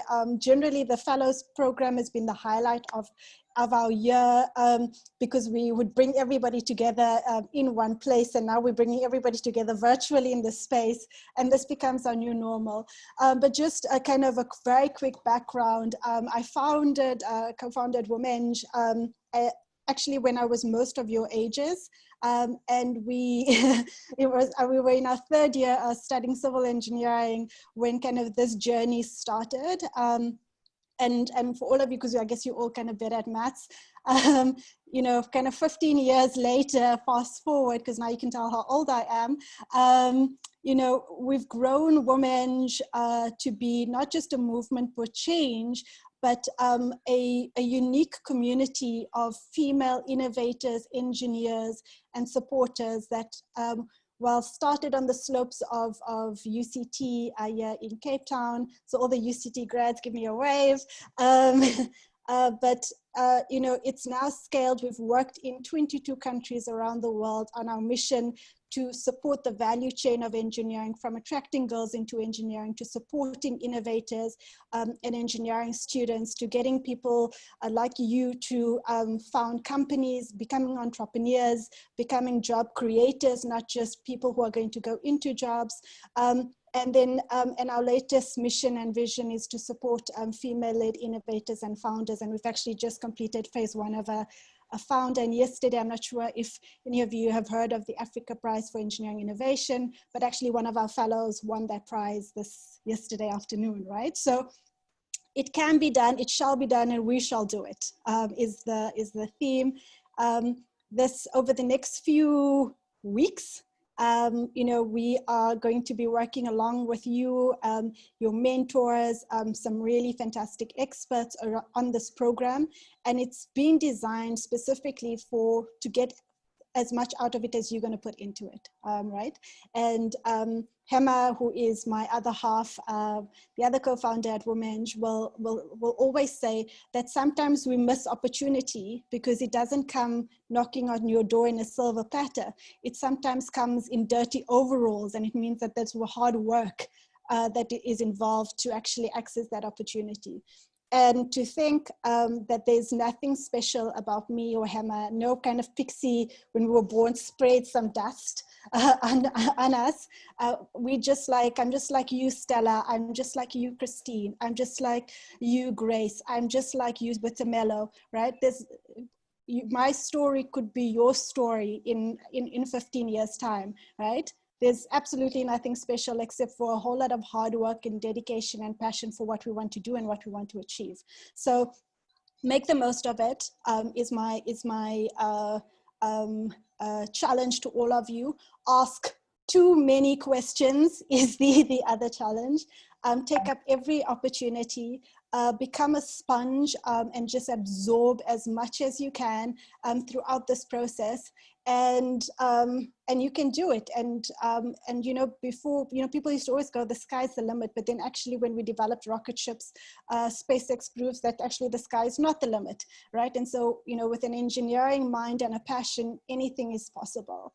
And so that's my challenge to each and every one of you, right? And in our country currently, in the world, we have dirty, hairy, scary problems that only engineers can solve.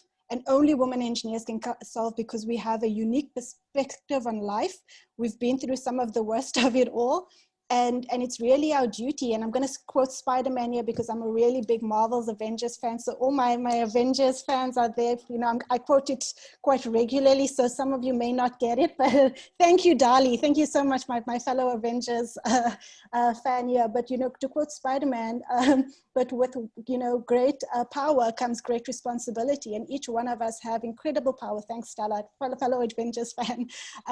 You know, we all have a great responsibility to ourselves, to our friends and our families, our community, each other, and the world to make it a better place, and leave it better than we got it, right? So that's my challenge to you all. It's big, bold challenges for a Friday afternoon. And yeah, ask any questions. And if, yeah, I'm kind of an open book. So if you ever want to kind of pick my brain, you know, go ahead. Great, and with that is an opportunity. So any questions right now about Nadia's journey, about WomEng, stuff that you're looking forward to, feel free to share. So you can either unmute yourself or share in the chat group. I think you have a lot of Avengers fans, Nadia. Cool, Taneo, you've got your hand up, you can unmute yourself. Hi again. My question is more around balance. So you say you started like WomEng in your 3rd year of university, and I just wanted to find out, like, going from that in the university space through to like your early working years, how did you manage to balance something that you found really interesting and enriching with your professional life as well? So, and here's the thing, in one corporate job, I've never worked a full 5-day week. So my first job was with a company called Gib. They were called Arcus Gib back then, yeah. So you know Gib Taneo. And I said to the director, I actually only want to work 4 days a week. And he said, why do you want to work 4 days a week? And I said, well, I've got this thing called WomEng and I'm growing, and I need time and dedication for it. And I said, I only want 80% of my salary then. And they were happy with that, right? And I usually used to deliver over 110%. So yes, the maths doesn't work out, but I was excellent at what I did. and unashamedly, you know, produced a great quality of work. And then every other job, except for currently, you know, we entrepreneurs now. And so, you know, WomEng and is our company that produces a lot of our training programs. Now I work a 7-day week, but you know, right at the beginning, it's really about what you find to add value, and where you want to learn, and what you want to make time for. Currently, so I'm an entrepreneur. I sit on a number of boards. I'm a mom to a 3-year-old, and I give and I also own 3 restaurants in Cape Town, right? And so it's really about, you know, what you would like to see out of your own career and the path that you'd like to take, and then be unapologetic about taking the time to do so. Thank you so much. Great. Portia, I saw your hand. Katlo, you want to go first, maybe? Am I on? Yes, yeah. Go ahead. Okay. Well, I do civil engineering like you, and I was just wondering how you're able, should I, I'm having difficulty deciding if I should go into a specific path or the other, because civil engineering is really broad and there's structures, water, wastewater, and I just feel like I need guidance with regards to that. Do I have to pick, or I can do everything, or what? So, and I'll tell you a very funny piece, right? So I actually had a bursary to do structural engineering, and I had to do my final thesis on structural engineering. And I honestly found structural engineering very boring.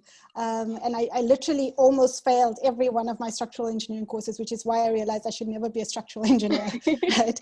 But I was passionate about people, and so kind of urban engineering for me was really interesting. And then I decided I wanted to do my master's, not because I wasn't ready to go out and work, but also because I needed time to grow WomEng. And while you're a university student, you get like 3 months of vacation. People pay for stuff that you want to do. Being a student is amazing, when, you know, so I needed like extra student time. And actually just found the supervisor that I kind of had most resonated with. And that was, for those of you at UCT, you probably know Prof. Van der Skeur and Marianne. So she was my thesis supervisor, and I got into transport engineering, not because I was like super passionate about transport, but because, you know, it was a really interesting experience to work with a female professor. So, you know, we get into things by accident. You guys are in your 20s, and I guess maybe this is the piece of advice that I wish I heard. Your 20s are really for exploring, right? You're a student, you probably don't have as many responsibilities, right? You've got some to your family and that, but when you're a student, there's so many things that the world has to offer, especially now because we're so interconnected. So I used to apply to go for conferences. My dad used to call me a conferencing engineer. He said, every time I see you, you're at a conference, right? But they used to pay for me to travel. So I traveled around the world, meeting amazing people and figuring out who I was and what I wanted out of life, right? And so I literally kind of floated around, kind of getting by. And only after that process did I realize exactly what I did want out of life and what I didn't. So I would say, like, if you were thinking, you know, which kind of engineering, go and try all of them, right? Go and try a little bit in this, and then when you don't like it, go and switch it and go and try and do something else, right? Until you find what is it that you're looking for. You know, that's what your 20s should be about. Thank you. I hope that helps. Yes, there's actually quite a number of questions. Anybody else want to go? Portia, your hand was up for a moment. Is it a quick question? So the question I wanted to ask was asked on the chat. It was basically about, what did you have in mind when you started WomEng, and what did you think it was going to be? Did you think it was going to get to a place where it is now? And did the vision kind of change while you're doing it as well? Because I'm pretty sure when you started, you're like, okay, let's just support each other. But then the more you went on, did the vision change? Did it get bigger, I guess? And yeah, how do you feel about it? I think that's So that's such an interesting question. So yes, it's changed, right? In a way, when we started out, we said we want to revolutionize the face of engineering. We wanted to be revolutionaries, but not like the Julius Malema kind, like a proper revolutionary, right? That would change the status quo for the engineering industry. So that was the big, bold vision. But we had a very local kind of perspective. Honestly, if you told me now, Nadia, you've been to do women's programs in 22 countries, I'd be like, no way, right?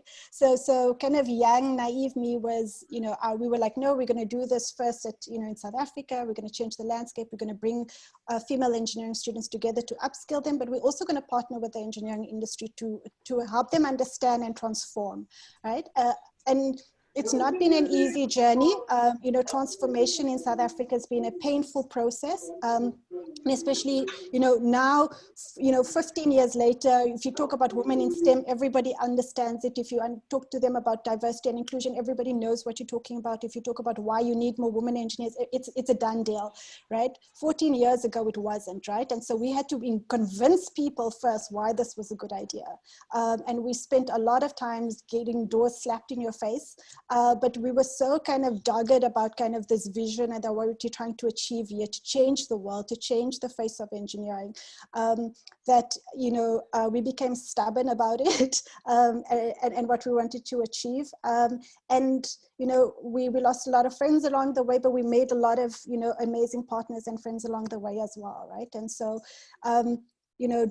is it the same vision? Yes, we still want to revolutionize the engineering industry, but now we want to take it over. It's not just about getting more women engineers into the ecosystem. Now we want to own it, right? Now we want a whole lot of female founders. We want, the money to flow in the right directions here, right? So that we can amplify impact and really change the way we see gender dynamics in the world. And so, yeah, I think the vision has become bolder. Thank you so much. Thank you. It's a pleasure, Portia. I love how Dali thinks I'm Captain Marvel. I wish. You guys time for questions. Hadiya, Zara, I see your hand up. Do you want to go quickly? Yeah, I just have a quick question. Can everyone hear me? Yeah. I just wanted to know, how did you get your voice heard as a student? It's very like, who did you get to take you seriously and actually pull the vision and make it a reality? So, fake it till you make it. So here's the thing, right? When you're a student, I guess when you pitch up, people just kind of be like, oh, young girl, very cute. So we aged ourselves up. So we made sure, and I remember, when we used to go to our conferences, I was super professional. I even made a business card for myself, right? I printed it on my home computer, but I got the fancy paper to do it. And so when I went to, conferences, so this is why the conferences were actually really valuable, I built up the credibility. We had some amazing mentors who were women in industry who kind of believed in our vision and supported us and introduced us to the right networks. And when you want to be taken seriously, you need, when the president comes out, before a president comes out, they usually have a praise singer, right? And they have, oh, Jacob Zuma, he was so good, or, whatever and then they praise him, right? Or, President Ramaphosa, he's so amazing. This is what he's done for the world. You need a praise singer in life, right? You have to say, look, Aditi is going to be on the stage. Aditi is amazing. Have you met Aditi? She's an engineer who's doing her master's. She's been working at women. She's created all of this. So that's what you need. And that's what we had, right? We had praise singers who would go out and praise us and then introduce us to people. And that automatically gives you credibility. And so, and we did that for each other as well. So if Caitlin went and said, hey guys, do you know Tando? She is amazing. She's an engineer. She's doing fantastic things. You must meet Tando. Then suddenly I also want to meet Tando because Caitlin said that, Tando was amazing. So I think it's, being able to kind of support each other, to give each other credibility is really important. And then the other thing is the squeaky wheel gets the most oil, right? So the more noise you make, the more people are going to take you seriously, right? So yeah, be squeaky. Thank you. Thanks. And I got one more question. It's based on one more question.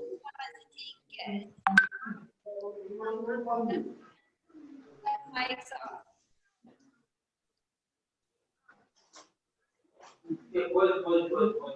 Who is Is that a question? Sorry, I hear somebody's. Can I ask a question, not as a fellow? Hi, Nadia. Hi. Geisler John. Okay. Hi, everyone. So my question is, how did you not get frustrated when things were not going your way? Or did you get frustrated? I got incredibly frustrated. I still get incredibly, ask Aditi. I get incredibly frustrated. I don't think, anybody, I think I get frustrated with the injustices. I get frustrated when I don't get my way. I throw my toys out of the cot. I rant and rave. A bit of a lunatic. My husband can tell you that for sure. Right? And the thing is that it's okay to feel those feelings. I mean, I always think back to, I don't know if everybody remembers, but last year Serena Williams kind of threw her tennis racket on the court and was just really frustrated at the calls that the referee was making, and they'd got fined and the match got awarded to the opponent. And and it spoke about kind of how women are, we can't show frustration. We must always kind of be humble, and we must always be calm, because we don't want to be mad black women kind of, you don't want that perception of the world. You've always got to have your shit together. And actually I don't. I don't have my shit together, and sometimes I lose my shit. And I've also used the word shit a lot more now in my 30s than I ever did in my 20s. I swear a lot more, which probably isn't polite, but you know what? Screw that. Because the world is not kind, and the world doesn't go the way we want it to. And my dad always used to tell me, he's like, Nadia, life is not fair, deal with it, right? And I go, yeah, but I'm trying to create a fair life, but it's not, right? And so, I mean, that becomes, the injustice and the inequality becomes exceptionally frustrating. And then the other thing is I call it out, right? And so I love De Beers. De Beers is an incredible partner. But one of the reasons why De Beers is actually one of our partners is the head of the sustainability at De Beers globally. His name is John. He's an incredible guy. But we were speaking at the Mining Indaba together on the same panel, and he spoke after me, but I said, I feel like the engineering industry, the problem is it's too male and it's too pale. And then John, who is a pale male in engineering, so to speak, right? And so I called, and then he said, Nadia, I'm so tired of being the pale male here. And I said, well, John, as a pale male, you can change this, right? And so, it's around that kind of frustration that you want to change the world. It's out of frustration that we started WomEng. And so kind of frustration actually breeds innovation in terms of how you want to solve the problems of the world. And so, you'll see me lose my shit a lot. It's one of those things. Great. I think these conversations can go on forever, and we've got such an engaging fellows as well. So thank you, Nadia, for your time as well, and being on this call with us and sharing with that as well. And I think it's going to be an exciting couple of months. We've got a journey right until March next year. So you're definitely going to be seeing much more of Nadia, and you can ask many more of those questions during those times as well. I'm also super accessible on like Twitter and Instagram and stuff. So like if you tweet at me, most of the time I will respond and engage. So yeah. Yes, I know that there's the social media handle there. So yeah, you can follow Nadia on Twitter. So there's Nadia Musaji. And yeah, so definitely I think take every opportunity. Kadleko is asking what are your handles. So we'll share it after this. You're going to probably get 18 new followers tomorrow. I love how Portia's my new fan, but yeah, I mean, look, the other thing is, and I think about this program itself and how it's been designed, because we are kind of quite digital, right? We sometimes lose that human interaction, although I'm not a big hugger, and I know people are in this kind of, pre-COVID, everybody was hugging and it made me really uncomfortable, but I love the fact that, so now we can be socially huggable, but like not physically huggable, because yeah, that makes me a little bit nervous, but I think follow each other on and use the socials to be able to kind of be more social. If you think that we could make this program better by hosting Facebook Lives, or you want to see some more stuff than currently we're having in terms of engaging with others, I'm particularly not in the WhatsApp groups because I mean then I'd be in like a million WhatsApp. Poor DT is in like a million WhatsApp groups of fellows and programs from all across the years.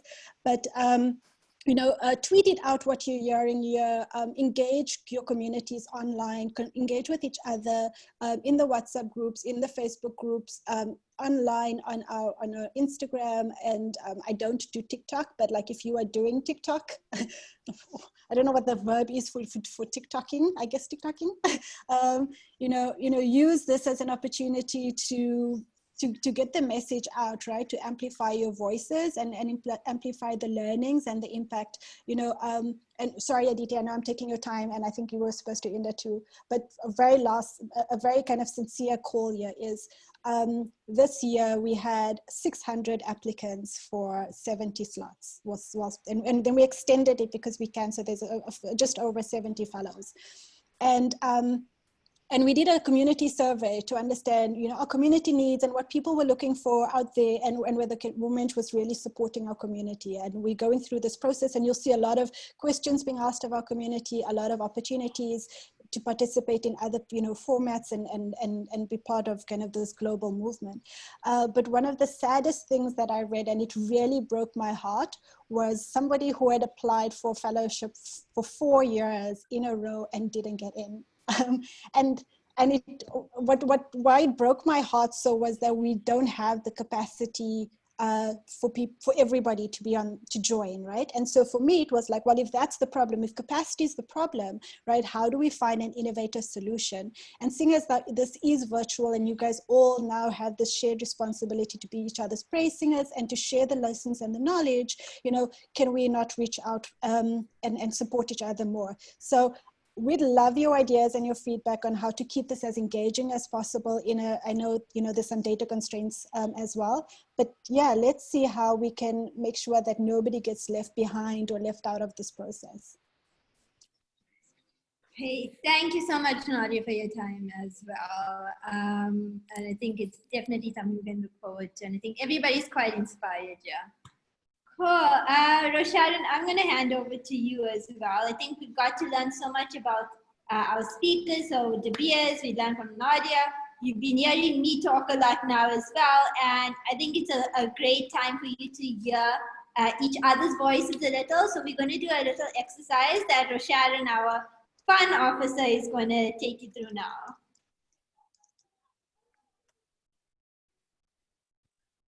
Okay.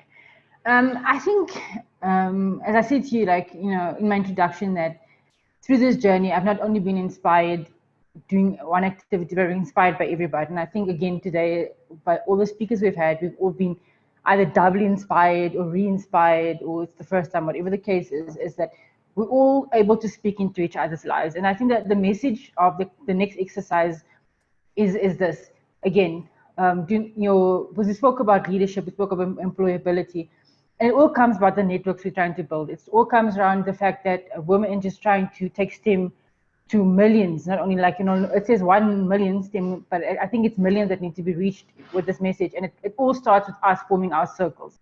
And this is where the next exercise comes into play, is that we get to know each other. So we're going to go into breakaway rooms, and you're going to meet one person, and you're going to be one-on-one with the person, and you will have to look at the top of your screen. There will be a broadcast question, and that's the question that is being asked, you asking each other essentially. And be honest with each other and tell each other exactly, if the question is, do you prefer white coffee to black coffee? Tell each other that and why. It's so you can get to know each other. It's all about the network that you build. It's all about us meeting each other, and it's all about us being each other's praise singers. And this is how we get to do that. We get to know each other on a more personal level, and this will continue through the program. So you'll go into the breakaway rooms. You will have that one-on-one conversation. We'll come back and we'll do feedback, and then we will do one overall group session where the question would be, would you rather? And we'll begin to explain to each other, would I rather do this or would I rather do that? So first, for the first 5 minutes, let's just focus on the one-on-one and answering those honest questions.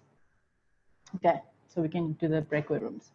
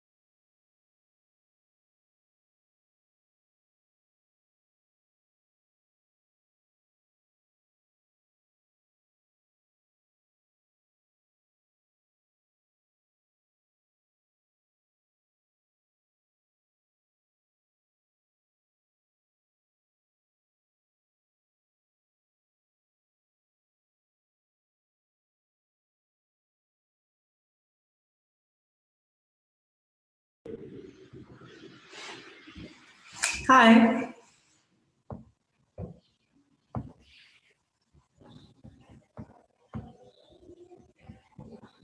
Hi. Have you Sorry. breakout room? Yes, I think I've just been allocated. Get added on. It's okay. Yeah. If you click on Everyone the must breakout accept. room, Aileen, you can try as well, so you should be able to connect.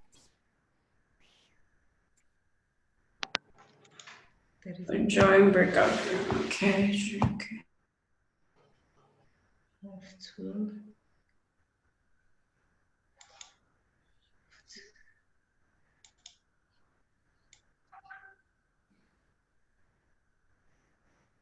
Okay, I need to check. Okay, what's the next question? What is the most exciting thing you're working on?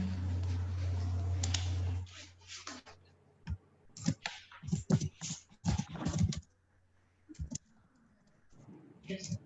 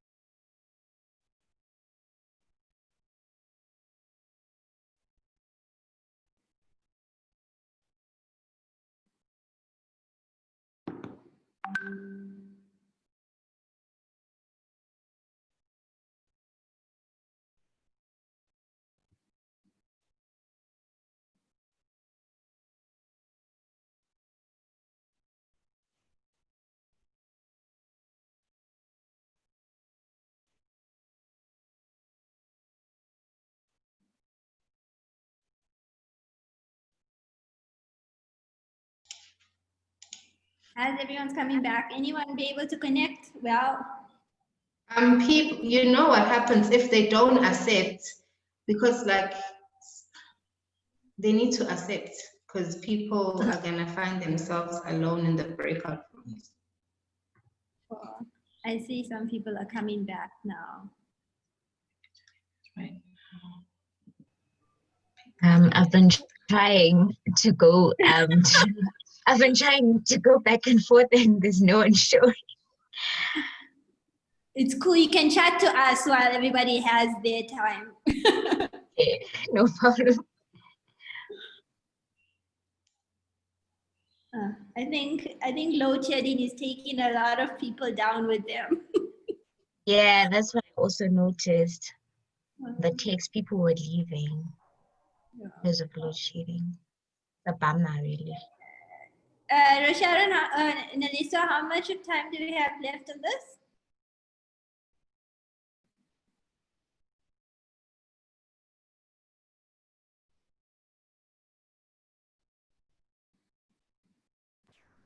I think we said we'll do that until 15:15. So the question should be relatively far long.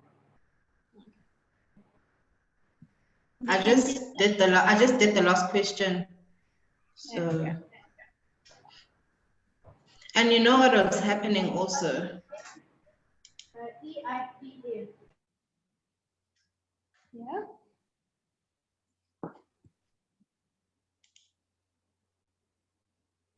Okay, I'm doing the countdown, the 60 seconds now.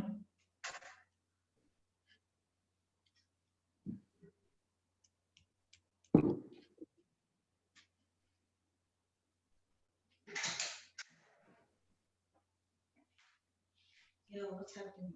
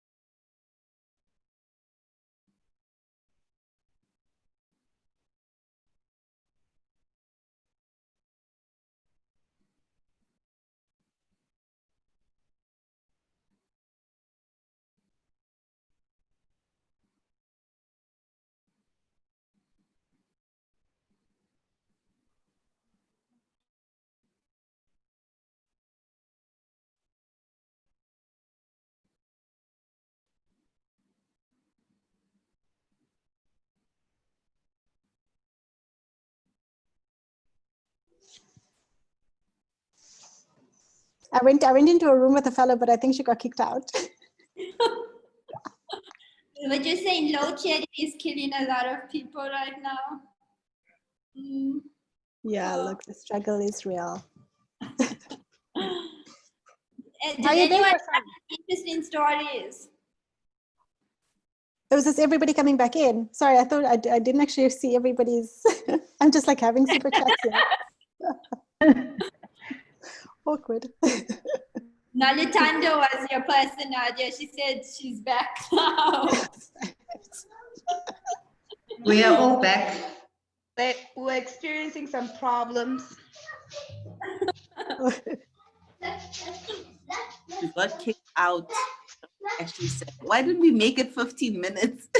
Yeah, because wow, I think I only answered one question because the first I was like alone, and then the next thing I know is like 59 seconds left. I'm like, okay, what happened there?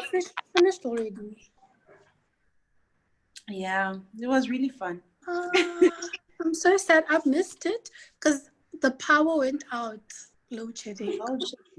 Now I'm connecting with my phone like on data, so it might not last very long, but it's fine. Great. So Sharon, you can, are we going to do another activity or anyone wants to share from their side and then? Yeah, I want to hear because I don't know if you guys saw some of those questions were like out of this world because you join a program, you expect them to ask engineering questions or you're expecting them to ask you very personal questions, but some of them weren't quite there. So I don't know if you guys got to the interesting questions, but is there anybody that wants to just add something they found interesting about the person that they had a chat with? Those who could meet up with the person.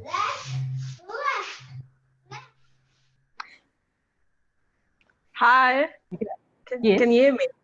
I was in the breakout session with Nadia. Yeah. It was really Did lovely. Nadia leave you? Yes, I saw something about her, which is quite lovely because I just read it recently. She's a great, I forgot this word, but she allows the conversation to flow. She's a great listener. That way you feel special and you are able to talk about yourself. And I loved how the questions were out of this world. It was they asked me the meaning of my names and the story behind it and my favorite toy. And yeah, I really loved it. Thank you. Okay. And Martha, I like you. You said you liked this so much. It was fun. So give us a bit of your feedback concerning the person that you met in your room. Hello. Yes. So I met Letu and Helia and I'm sorry. I'm a bit rusty right now, but everyone I met was just so interesting and it was fun. The atmosphere was welcoming and I just want to do that again. I'm inspired, so that's basically it at the moment. Yeah. So yeah. And Tanya from Johannesburg, what was interesting or amazing about Dali? She has an amazing story behind her name. I really Yeah. love the name question because it got us to actually start the conversation. The conversation flowed properly. It was really good. I actually enjoyed it. You mind sharing that story? She's Venda. Yes. She's from Venda, but she doesn't know what her name means. So she has multiple names to her name, multiple meanings to her name, and she's concluded that she's going to take the Xhosa version, which it means love. In Venda it might mean algae, so she's decided to go with the love meaning. Later from the algae version. Wow, that is actually quite interesting. Okay, so that's the, I see someone asked, I'm going to do more breakaway sessions. I think I'll leave Aditi to answer those questions for future reference, but I think it's something that you could possibly take with your mentor when you guys decide on doing group sessions again. And if you think that this is something that you might need, then it's have a chat with your mentor around this being a possibility. But I think the gist of this exercise is because I think you guys have, like I said in the beginning, you guys have heard quite often where it was said that sometimes it's the person in the overall, sometimes it's you shoveling some sludge back into the pump and into the sump pump. Whichever the case it is, it's these kind of connections and these kind of networks that will grow your leadership, will help in moments of mental issues, like mental stress or mental just fatigue. Or it will help with employability, someone that will sing a praise at a conference. It's these kind of conversations, it's these kind of questions, it's these kind of meetups that will take you there in that space. And I think that was the drive of this, is just that you can get to know each other. But I want to move on to the next exercise in the process. I just want you to test, before we continue, just test the thumbs up. Everyone do a thumbs up for me, please. Okay, and then everybody do clap.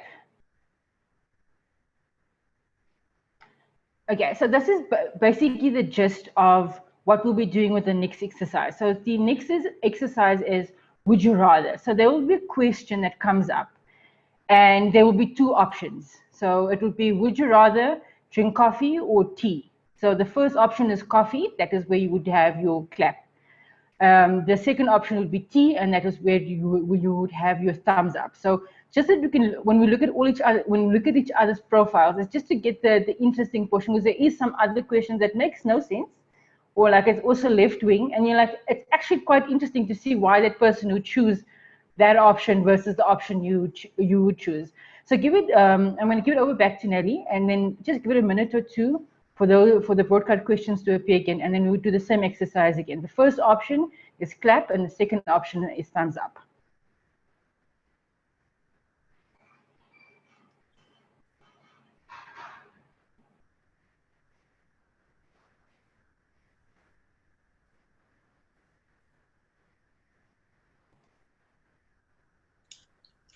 The first question is, would you rather be a deep sea driver or an astronaut?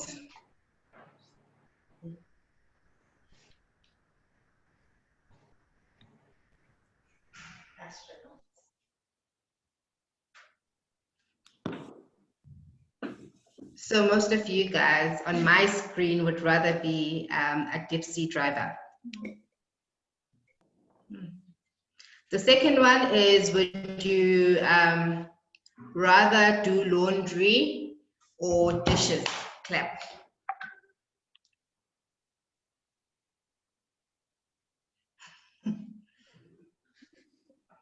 Okay, it's a mixture.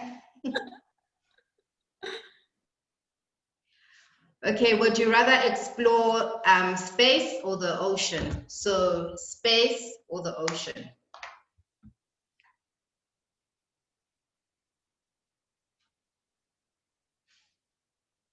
Okay, so I think most of us are swimmers, okay? Okay, and the last one is, would you rather be without elbows or without knees? So without elbows and without knees.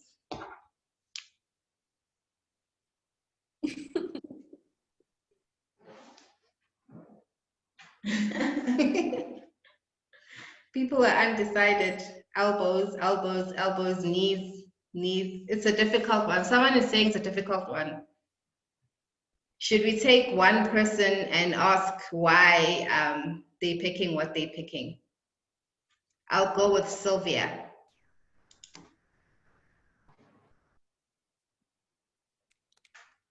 Hi, Sylvia.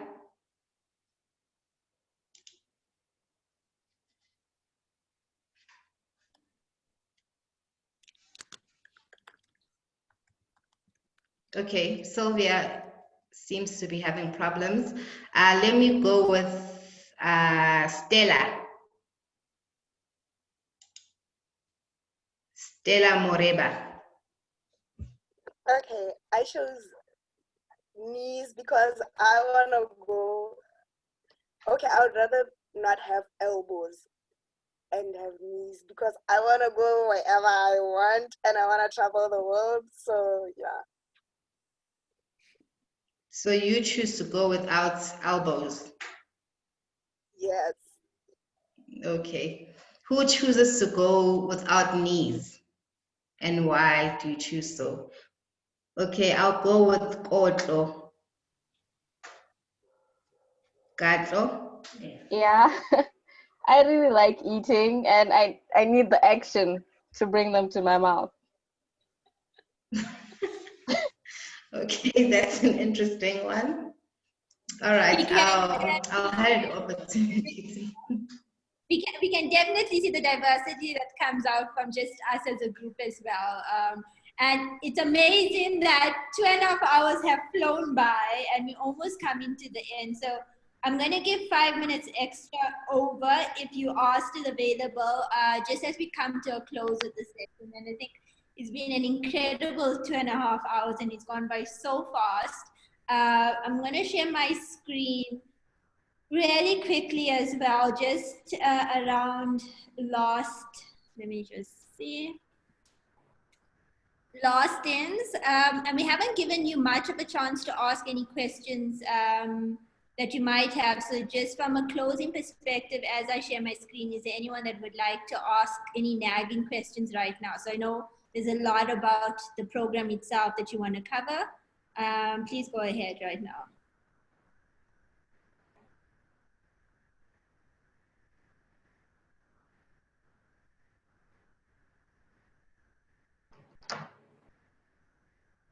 Yeah. Just trying to find my share screen. Cool. So from a closing perspective, as I said, is we're going to start rounding off right now. Earlier, there was a lot of questions as well about, I do recall the one question about the networking sessions with the beers. So that would be in person, and it's really right now dependent as well on if COVID treats us well next year. So that is us always seeking opportunities for you and assessing the situation as we go along this process. Is there any other questions just from a programmatic perspective? We will be having a session again next week, but just from now. I see a chat. Oh, someone missed a bit. Okay, so I'm going to round up from my side, and this is more around supporting the longer going forward on this. So in terms of support, the WhatsApp group right now is the primary use. You will see in the early days, there is a lot of engagement. And so if it's not working for some reason and you have other suggestions, we're very much open to it, but we do know that most people have access to the WhatsApp group. So keep sharing there. In the WhatsApp group, there's also the WomEng account, our business account. So if you want to contact us on anything specific and personal, feel free to reach out to the WomEng WhatsApp in the group as well. Over the coming days, we are going to be sharing tools and resources to you, and we're going to email it, but we'll also share it through a shared Dropbox folder. You're probably going to have a lot of questions in the first few days and weeks and access. So in terms of who you want to speak to is, over the coming weeks, we are going to allocate mentors to you, which can be your first contact. Alternatively, Misa is our Chief Communication Officer, and you can reach out to her directly on the fellowshipsa@womeng.org email, or the WomEng WhatsApp number is here. So I would recommend right now, or post this, is save the WomEng number in your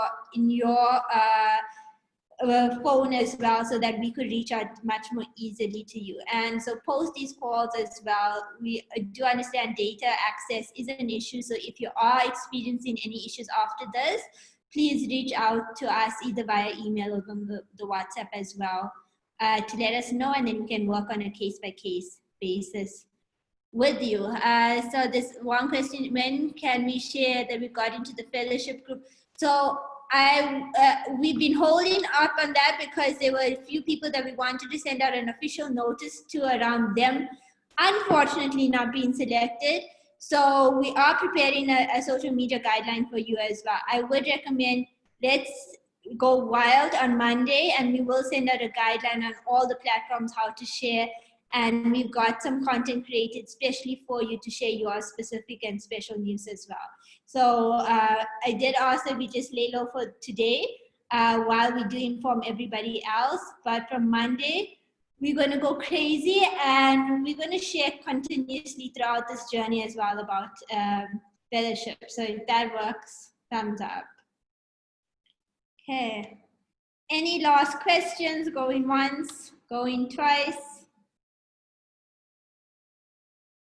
I see it's hard to not share the news, right? And so we want to make it where everybody does get the big news, and we will share out a special hashtag as well that throughout this journey for you to follow.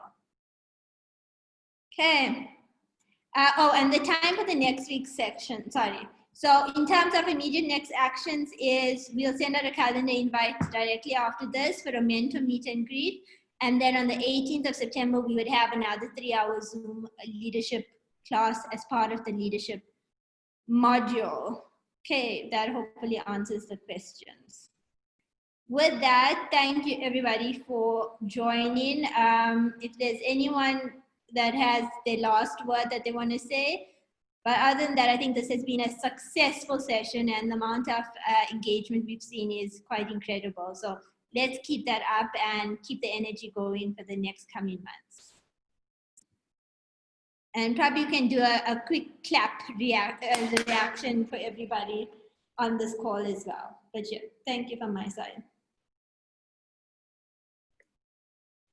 Oh, I did forget, before we leave, can we all put our videos on if possible and do a screenshot of the class, the first class of fellowship. Okay, so I'm going to do the 1, 2, 3 and smile, right? So 1, 2, I was just going to say, so everybody big smiles for social media. And I'm taking another one, 1, 2, and 3, and 1, 2. I'm seeing the smiles get bigger.